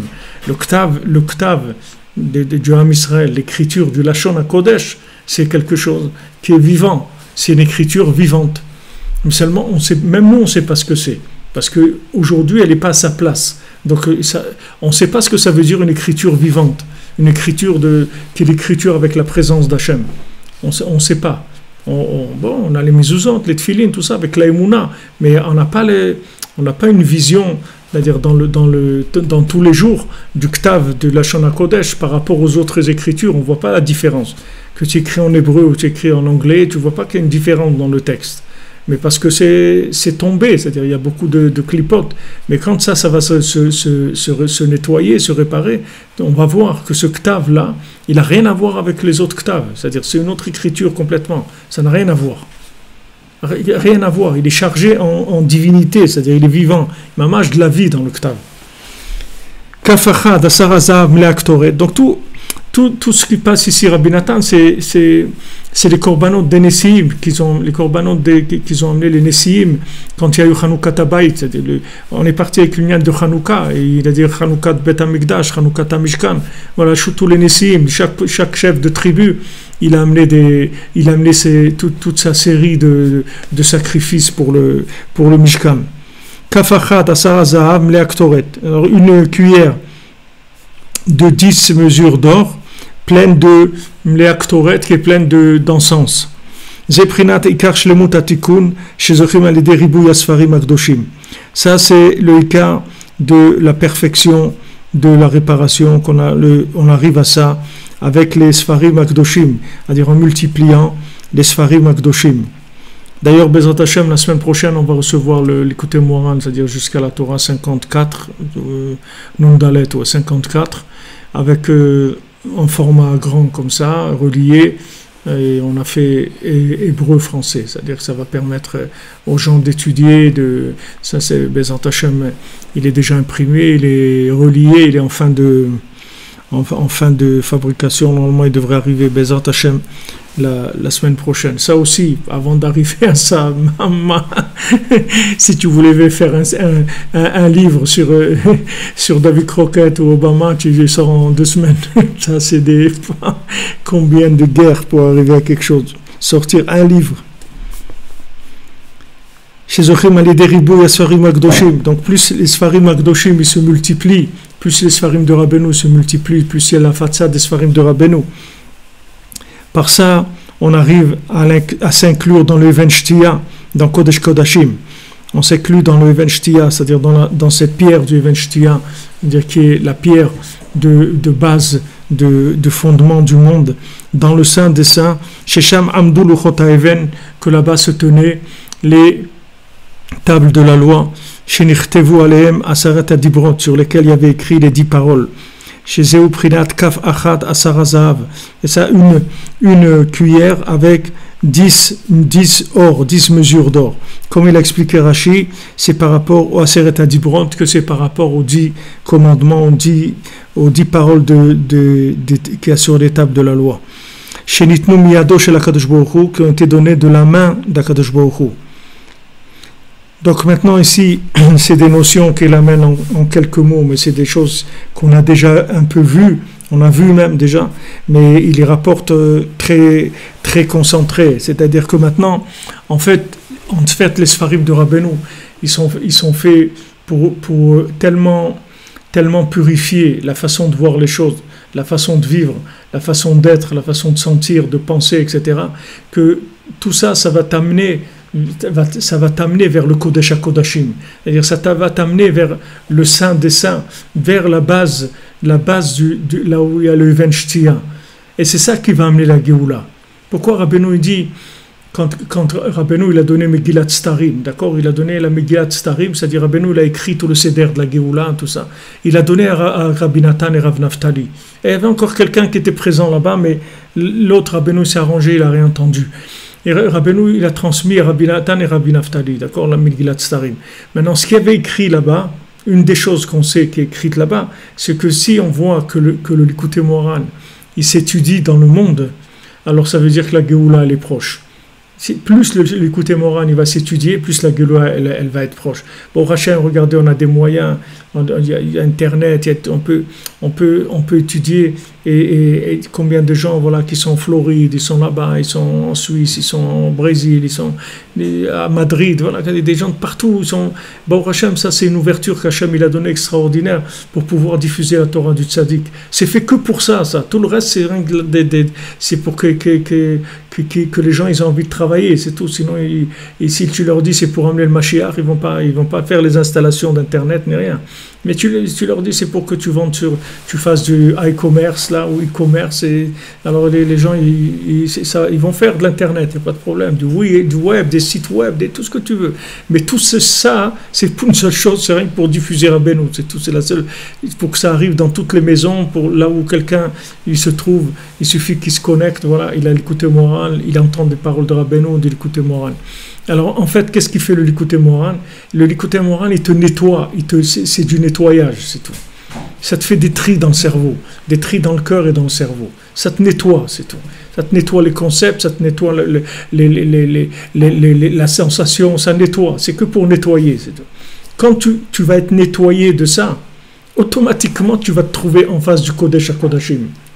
C'est-à-dire quand tu vas être nettoyé de toutes les poubelles que tu as en toi, c'est ça qui empêche la force d'apesanteur de l'endroit du Saint des Saints, de l'endroit du Even Shtia, de la pierre, du fondement du monde, de t'attirer.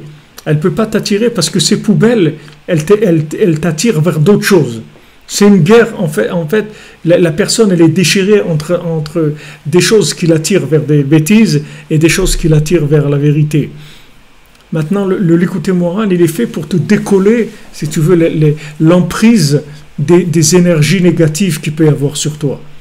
Et plus, maintenant, ces énergies négatives, elles vont partir, et plus la force d'attraction du Kodesh HaKodashim, il va t'attirer vers lui. C'est-à-dire parce que c'est une force d'attraction très très forte, le Kodesh HaKodashim. Le Even Shtia, c'est une force d'attraction énorme.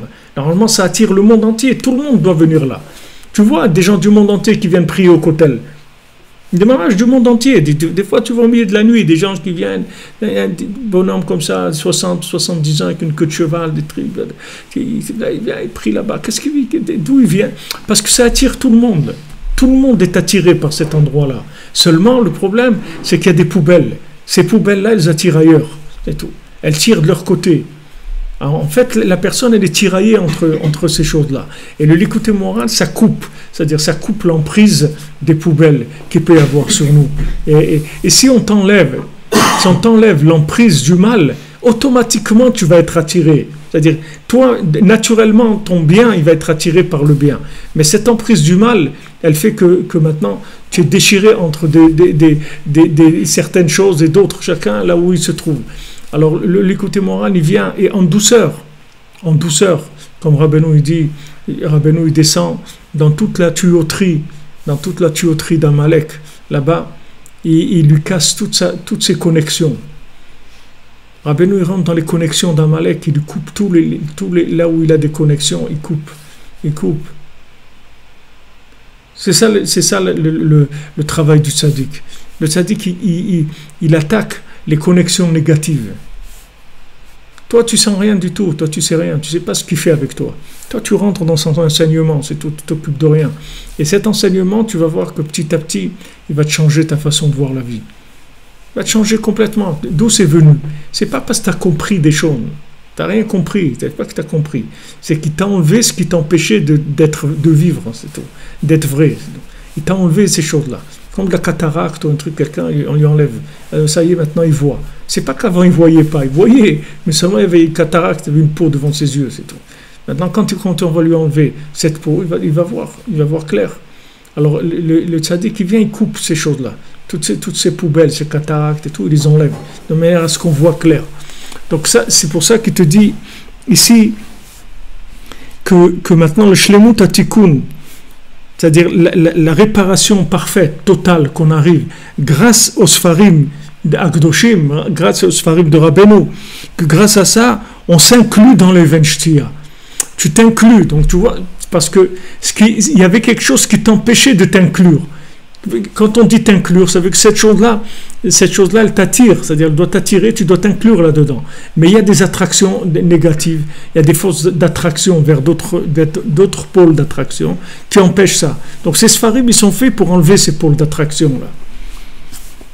Kodesh Kodashim, Shechem Amdou Luchot Haeven. Donc là-bas, il y a les tables elles-mêmes, les 10 commandements, ils sont là-bas. C'est ça, Kafachad, Asar Zahav, comme je peux Rashi, par rapport aux 10 commandements qui ont été donnés par la main d'Akadosh Baruch Hu Mamash. Donc quand tu arrives à ça, tu es arrivé à la perfection, puisque tu es arrivé à la Torah de la main d'Hachem Mamash. Pas de la Torah qui est passée par des manipulations de gens qu'ils ont fait avec.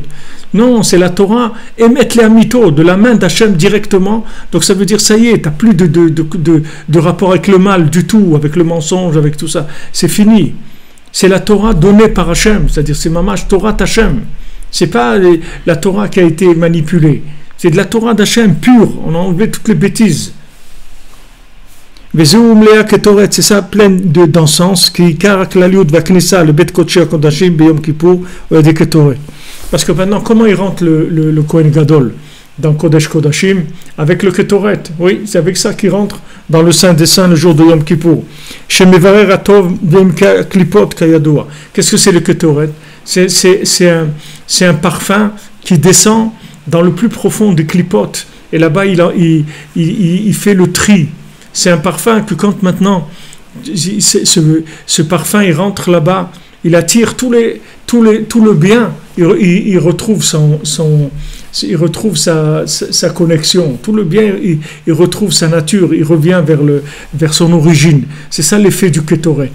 Et automatiquement tout le mal il tombe, puisque le mal il se nourrit que du bien qui a été déformé. Parce que si le bien il était clair, le mal il aurait aucun. Comment le mensonge il pourrait exister si la vérité elle était claire? Le mensonge il se nourrit de la vérité qui n'est pas claire. Donc notre but à nous c'est de clarifier au maximum, de manière à ce que le mensonge il tombe de par lui-même, c'est ce qui fait le ketoret, c'est l'effet du ketoret.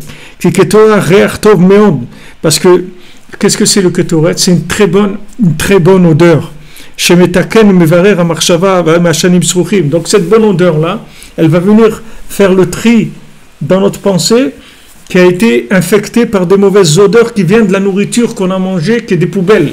Vous comprenez comment il marche le système de purification? C'est-à-dire qu'il y a de la nourriture qu'on a mangée qui nous a empesté le cerveau avec des poubelles, avec des idées qui sont complètement à l'envers.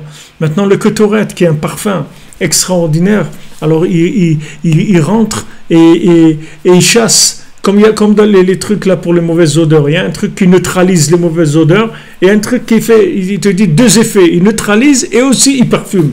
Il a les deux. Alors les Ketoret, ils rentrent et ils parfument à un tel niveau que ça neutralise automatiquement les mauvaises odeurs, c'est-à-dire tout ce qui a pu influencer notre esprit. Il répare et il trie la pensée des mauvaises odeurs. Shema bilbulim, qui sont tous les troubles, les pensées, les mauvaises pensées, urim raim, amesavevim et tamor, qui sont toutes ces mauvaises pensées qui sont autour du cerveau. Shem sichron mamash, qui sont mamash de la puanteur mamash, des choses dégoûtantes mamash. Et tout le tikkun de ça se fait par le ktoret, l'encens, qui est une odeur de gdusha extraordinaire, gavoa meod, qui est très élevé, chez Mevarer Mesham, que de là-bas il fait le tri. C'est pour ça que chacun des princes de chaque tribu, il devait amener l'encens. Afal pishu shelo kadin, bien que c'est pas selon la halacha, quand ils ont amené eux chacun au moment où on a fait le Mishkan et qu'on a fait le Chanukah à Mizbeach, on a inauguré le Mishkan, alors chacun des chefs des 12 tribus, ils ont amené l'encens. Mais normalement, d'après la Torah, on n'a pas le droit de faire ça. Mais comme c'était le début, alors comme c'était le début, il y a beaucoup de choses qu'on a pu faire qui n'étaient pas selon les règles, parce que c'était juste l'inauguration. Mais en fait, ce qu'il explique Rabbi Nathan, c'est qu'on avait besoin de ça à ce moment-là, d'urgence, parce qu'ils ont tellement été affectés par le Chet HaEgel, par la faute du veau d'or. Ça aussi, c'est un veau d'or. Pourquoi c'est un veau? Parce que c'est de la nourriture, c'est un lien de nourriture. C'est un veau d'or, c'est le lien de l'argent aussi. C'est là où il y a les plus grandes mauvaises odeurs qui montent au cerveau. Tu vois, les gens, ils peuvent être gentils, normaux, sympas, tout ce que tu veux. Quand ça arrive à l'argent, tu vas voir des changements énormes dans l'individu, de comportement, de tout. Et quand tu vois que des gens ils sont des tzadikim dans l'argent, tu peux être tranquille sur tout le reste, tu n'as pas de souci à te faire. Quelqu'un, tu vois que l'argent, ça ne l'affecte pas, que tu vois qu'il reste clair avec l'argent, tu peux être tranquille sur tout le reste. Parce que c'est l'écart de la pourriture, c'est dans l'argent, ça vient. Tout ce qui est nauséabond, ça se manifeste là-dedans. Alors, comme il y avait le veau d'or, après, il fallait faire du décapage, un truc très fort. Donc, chaque nasi, il a mis le kétoré pour sa tribu. Chaque prince de chaque tribu, il a amené l'encens. Mais c'était un besoin du moment pour réparer la mauvaise odeur de la faute du veau d'or. Que c'est les veaux d'or? C'est la bgam dans Emunat Rachamim, c'est-à-dire le fait qu'ils n'ont pas eu la Emunat dans Moshe Rabbeinu. Que maintenant, tous les liens d'Hachem, du tzaddik, ils ont rendu un shor, un taureau qui mange de l'herbe. Voilà ce que c'est devenu. Tout le lien de la Torah, du tzaddik, d'Hachem et tout, ils l'ont réduit à ça, un taureau qui mange de l'herbe. C'est pas que maintenant, d'après ce qu'il nous explique, on comprend ce que ça veut dire. C'est-à-dire que voilà où ils en sont arrivés, c'est-à-dire d'où ça vient, c'est du taureau qui mange de l'herbe, c'est-à-dire du lien de la achila, de la nourriture. C'est ça qui les a amenés à ce veau d'or-là. Les Chachamim ils disent, dans le Midrash Rabbah, il n'y a rien de dégoûtant au monde comme un taureau qui mange. C'est-à-dire c'est la chose la plus dégoûtante qu'il y a au monde, ils nous disent les Chachamim. Nous, si ça ne nous dégoûte pas, ben, tant pis pour nous, ça veut dire qu'on est tellement pesté, qu'on est tellement dans le fumier qu'on ne se rend pas compte. Mais Ramès, c'est pas que moi, Achila Meod, ça fait allusion qu'ils ont beaucoup fauté avec la nourriture.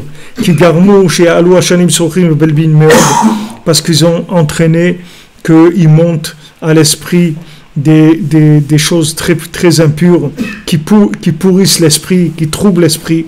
Et grâce au Ketoret, ils ont réparé ça. Par Echad Ben Bakar, donc après il faut amener une vache Ben Bakar, qui soit des bovins, Keneged Avram, ça c'est par rapport à Avram Avinu, comment chez Perish Rashi Sham, comme là-bas il a expliqué Rashi, qui prinat kedushat Eretz Israël, shetzrichim lamshir gam bechutz laaretz, le'atzil migerush. Parce que maintenant la kedusha d'Eretz Israël, il faut l'attirer même en chutz laaretz, celui qui vient en chutz laaretz, il doit attirer vers lui la sainteté d'Eretz Israël, ou le'atzil migerush, pour sauver du gerouche, parce que même si quelqu'un vit en chutz laaretz, il peut être chassé de là où il est. Il peut être renvoyé. Vous voyez combien des Juifs ils ont dû partir de là où ils étaient, aller vers d'autres pays, etc. Ils ont été chassés. Il y a chassés d'Espagne, chassés de là. Ils ont été chassés. Donc ça, c'est la prina d'Eretz Israël qu'il y a en chutz laaretz. C'est quand la communauté, elle reste stable dans l'endroit où elle est. Ça, c'est la prina d'Eretz Israël qui est en chutz laaretz. Maintenant, si les gens ils veulent rester dans leur endroit tranquille, qu'on ne les jette pas de là où ils sont, alors il faut qu'ils attirent sur la kedusha d'Eretz Israël. Parce qu'Avraham Avinu, c'est le premier sur terre qui a découvert la sainteté de la terre d'Israël.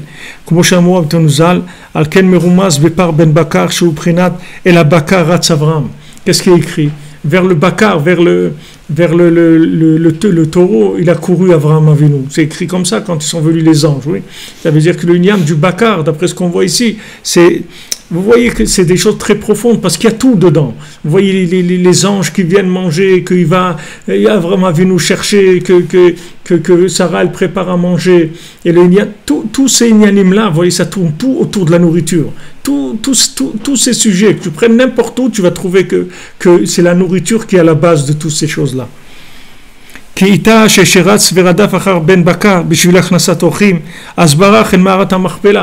dit que maintenant, quand il a couru derrière le taureau ou le veau là il vous donnait à manger aux anges, alors il s'est sauvé jusqu'à Marat HaMachpelah. Il s'est sauvé là-bas, il a couru Avraham Avinu jusqu'à Marat HaMachpelah, jusqu'à Hebron. Et c'est comme ça qu'il a découvert Hebron et Avraham Avinu.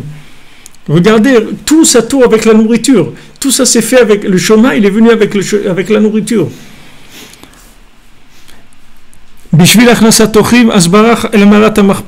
Tout ça, parce qu'il a voulu donner à manger aux invités. Alors ça l'a branché sur Me'arat HaMachpelah, sur Hebron. ויתזה מצא אברהם את קדושת מערת המכפלה ומערת המכפלה ששם נקברו האבות והאימהות, זה עיקר הנחלה שקנה אברהם בארץ ישראל תחילה. Donc maintenant, Hebron, c'est le quart de l'héritage qu'on a eu, qu'Avraham Avinu il a acheté en premier. Il a acheté cet endroit, il l'a payé, ils ont pris de l'argent. Il a pris de l'argent. Et comment il s'appelle l'autre là, celui qui a vendu? Ephron. Il a pris de l'argent. Il a pris son argent. Qu'est-ce qu'il veut maintenant? Qu'est-ce qu'il veut? Pourquoi il revendique maintenant? Ça y est, il a vendu, c'était clair. Mais regardez, c'est venu la découverte de cet endroit-là. Cet endroit, c'est la porte du Gan Eden. Les Khamim disent que là-bas, il y a la porte du paradis, elle est à Hebron. Comment il a découvert ça, Avraham Avinu? Parce qu'il voulait donner à manger à des invités. Donc, quand il voulait leur donner à manger, il a couru derrière le veau, le taureau, et le taureau il s'est sauvé jusqu'à là-bas pour lui montrer cet endroit-là. Donc, tu vois que la nourriture, elle va t'indiquer, elle va te donner les informations. Quand tu manges, ça va t'informer. Voilà où ça se trouve, mon ami. Voilà où il se trouve le trésor, voilà où il se trouve la Torah, voilà où il se trouve la Tfila, voilà où il se trouve le Tzaddik. La nourriture, elle va t'amener là où tu dois aller. Et ça, c'est mamash le début de tout l'héritage d'Eretz Israël. En Eretz Israël, la nourriture, vous voyez bien que c'est un pays de la nourriture. Il y a du manger, chaque 2 magasins, c'est de la nourriture, d'accord? Rabbeinu dit que c'est écrit dans la Torah, Eretz, c'est une terre où tu ne mangeras pas le pain dans la pauvreté. Rabbeinu dit, c'est pas que tu vas pas manger de pain, tu vas manger que du pain. Il dit, c'est pas parce que tu vas être pauvre, c'est parce que le pain, il va avoir un tel goût, comme le tam dans le Sipur Masiot. Tu vas manger le pain, il va avoir un tel goût que tu vas pas besoin de manger autre chose. Que le pain, ça va te suffire. Ça va te suffire, ça va te rassasier, tu n'auras pas besoin d'autre chose. Le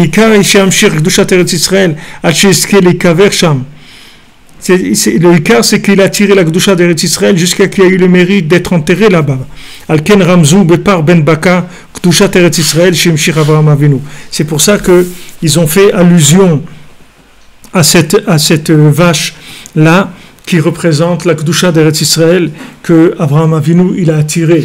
Donc, même la découverte d'Eretz Israël, ça s'est fait que par un lien de nourriture. C'est comme ça qu'il a trouvé son chemin, Avraham Avinu, vers Hebron. Aïl Echad, Keneged Yitzhak. Qu'est-ce que c'est Aïl Echad? Regardez tout, il va tout expliquer maintenant. Regarde Rabbi Nathan, chaque passage. Là, on est en train de lire la paracha de Nessim, qu'on lit à Hanouka. Chacun avec son Zekorban et Eliab, tout ce qu'on dit là, chacun. Maintenant, c'est ce qu'il explique ici, Rabbi Nathan.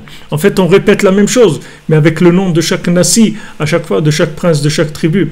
Alors, le Rabbi Nathan, il explique toutes ces choses-là, que c'est que une yan de Munat Rachamim et une yan de Achila. C'est-à-dire la émouna dans le tzaddik et la nourriture. C'est ça qui va agir, qui va faire tout le reste après. Tout le travail, il est là-dedans. Après, le reste, après, ça suit. Il n'y a plus de problème après. Donc maintenant, Aïl Echad, qu'est-ce que c'est un Aïl, un bélier? C'est par rapport à Yitzhak. Chez Ne'ekad, que Yitzhak il a été attaché pour être sacrifié. וזה בחינת התיקון להמשיך סוד העיבור למלות פגימת הלבנה שהוא בחינת מאורות חסר. Et ça c'est d'attirer sur nous le secret du hibour, c'est-à-dire le lien du temps de réparer la lune par rapport au soleil, c'est-à-dire d'adapter l'interprétation par rapport à la racine, comme on avait vu Shlemut Torah chez Be'alpé, Shlemut Torah chez Birtav, c'est-à-dire que comment la Torah orale, elle va parfaire la Torah écrite, que sans la Torah orale, tu ne peux pas comprendre la Torah écrite et tu peux l'interpréter n'importe comment. Si tu prends la Torah écrite sans l'oral, tu vas l'interpréter n'importe comment. Alors c'est la même chose, quand la Torah elle est pas bien interprétée, ça veut dire qu'il y a eu des Hashanim Srouchim, c'est-à-dire ces mauvaises odeurs, ces poubelles qui ont troublé l'esprit. Donc quand on reçoit maintenant la réparation de la lune, ça nous remet, ça rétablit le décalage qu'il y a entre la source et l'interprétation. La lune, c'est l'interprétation, et le soleil, c'est la source de la chorma. Donc maintenant, tant qu'il n'y a pas de réparation de la levana, il n'y aura pas d'évidence dans le monde de la vérité. Et chaque mois, on répare. À chaque fois qu'on fait Kiddush Levana, à chaque mois, on répare un petit peu la lune, de manière à ce qu'elle puisse nous transmettre l'évidence du soleil. Chez Misham Yenikat Esav, c'est de là-bas que Esav il se nourrit. Tout le lien que Esav, tout le lien de Esav, il profite du fait que la Levana, elle est pas parfaite, elle est cachée. C'est ça qui a entraîné que quoi? Que Yitzhak est devenu aveugle. Et Yitzhak est revenu, il ne voyait pas. Qu'est-ce que ça veut dire il ne voyait pas? Parce qu'il y avait ce problème-là, c'est-à-dire de Esav, qui profite de la Levana qui n'est pas claire, c'est-à-dire tout le lien que Yitzhak ne voyait pas, c'est Esav, c'est-à-dire que c'est pour ça que Yitzhak ne voyait pas. Et pourquoi il ne voyait pas? Parce que il y a tout le lien de la Achila, vous voyez, qui lui a demandé aussi, amène-moi à manger, et ce n'est pas lui qui a amené à manger, c'est Yaakov qui a amené à manger. Toutes les brachot qu'il a pris, tout s'est basé sur la Achila. Vous voyez que toute la Torah entière, elle s'est faite que autour d'un lien de nourriture, c'est tout.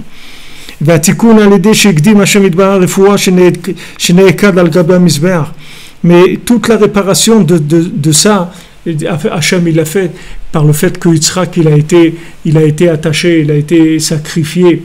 Il a été sacrifié, c'est comme Akedat Yitzhak, c'est comme s'il a été attaché, comme s'il a été sacrifié. Veikriv Tartav, à sa place, en dernière minute, il a mis un bélier. Shaya Nechas Basvar Bekarnav, il avait ses cornes qui étaient enchevêtrées dans des herbes. Chez Misham Kolam Takot Adinim chez le Rosh Hashanah, que là-bas c'est l'adoucissement de toute la rigueur de Rosh Hashanah, à l'aider à chauffard chez l'Aïl, par le chauffard du bélier.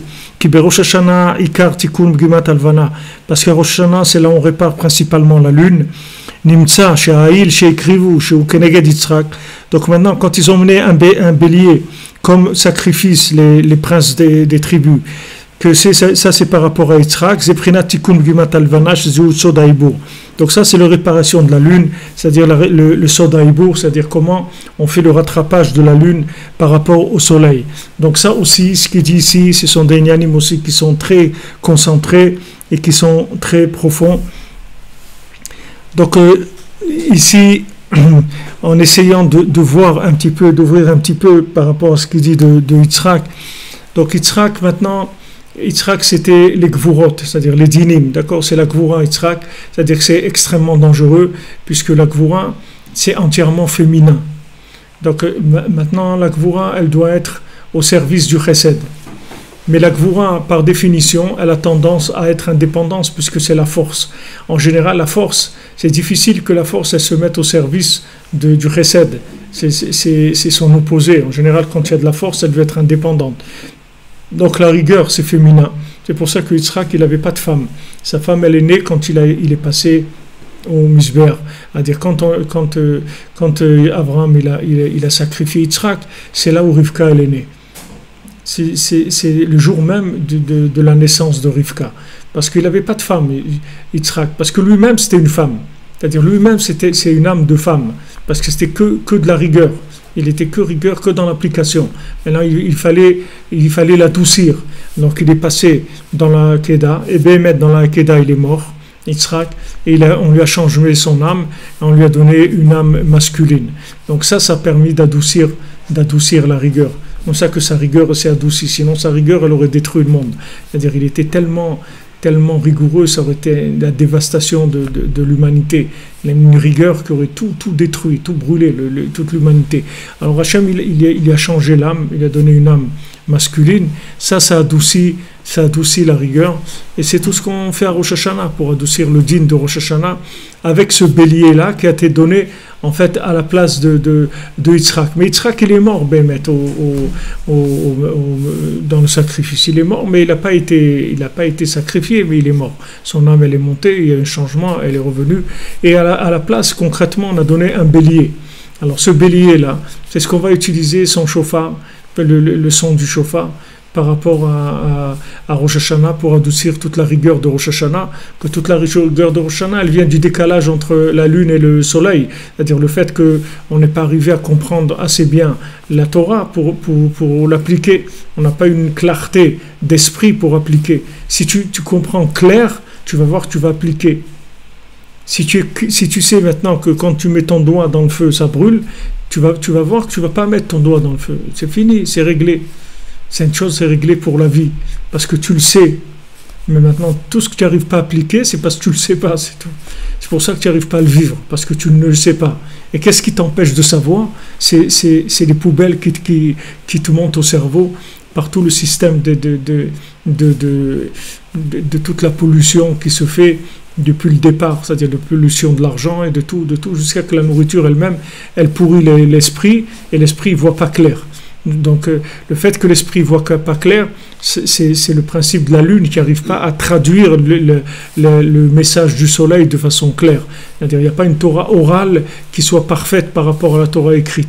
Donc ça c'est tout le din de Rosh Hashanah. C'est pour ça que Bakese le Yom Chagenu, c'est-à-dire que le Ezu Achag Levana Nitkasit Bon, c'est Rosh Hashanah. Rosh Hashanah, c'est le seul Chag qui tombe le premier d'un mois. On n'a pas des Chag de premier mois, ça n'existe pas. Parce que toujours les Chagim, il faut qu'ils viennent quand ça s'est ouvert un petit peu, pas au début. Normalement, les Chagim, c'est le 15, c'est pleine lune. 15 Sukkot, 15 Pessah. Normalement, c'est un Chag, ça doit être pleine lune. C'est là où il y a la lumière qui vient de façon parfaite.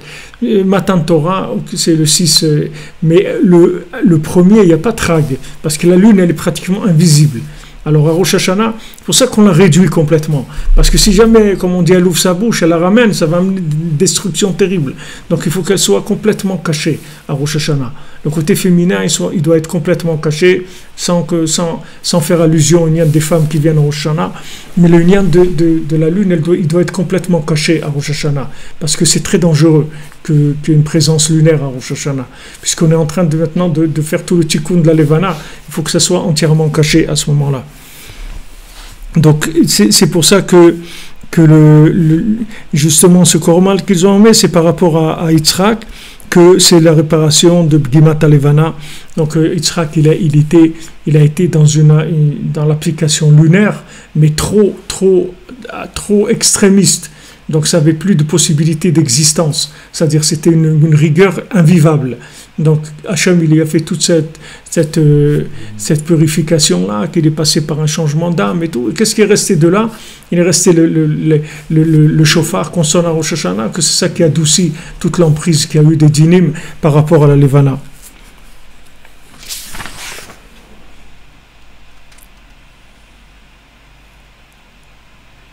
Bon, Bezrat Hashem, la semaine prochaine, on continuera.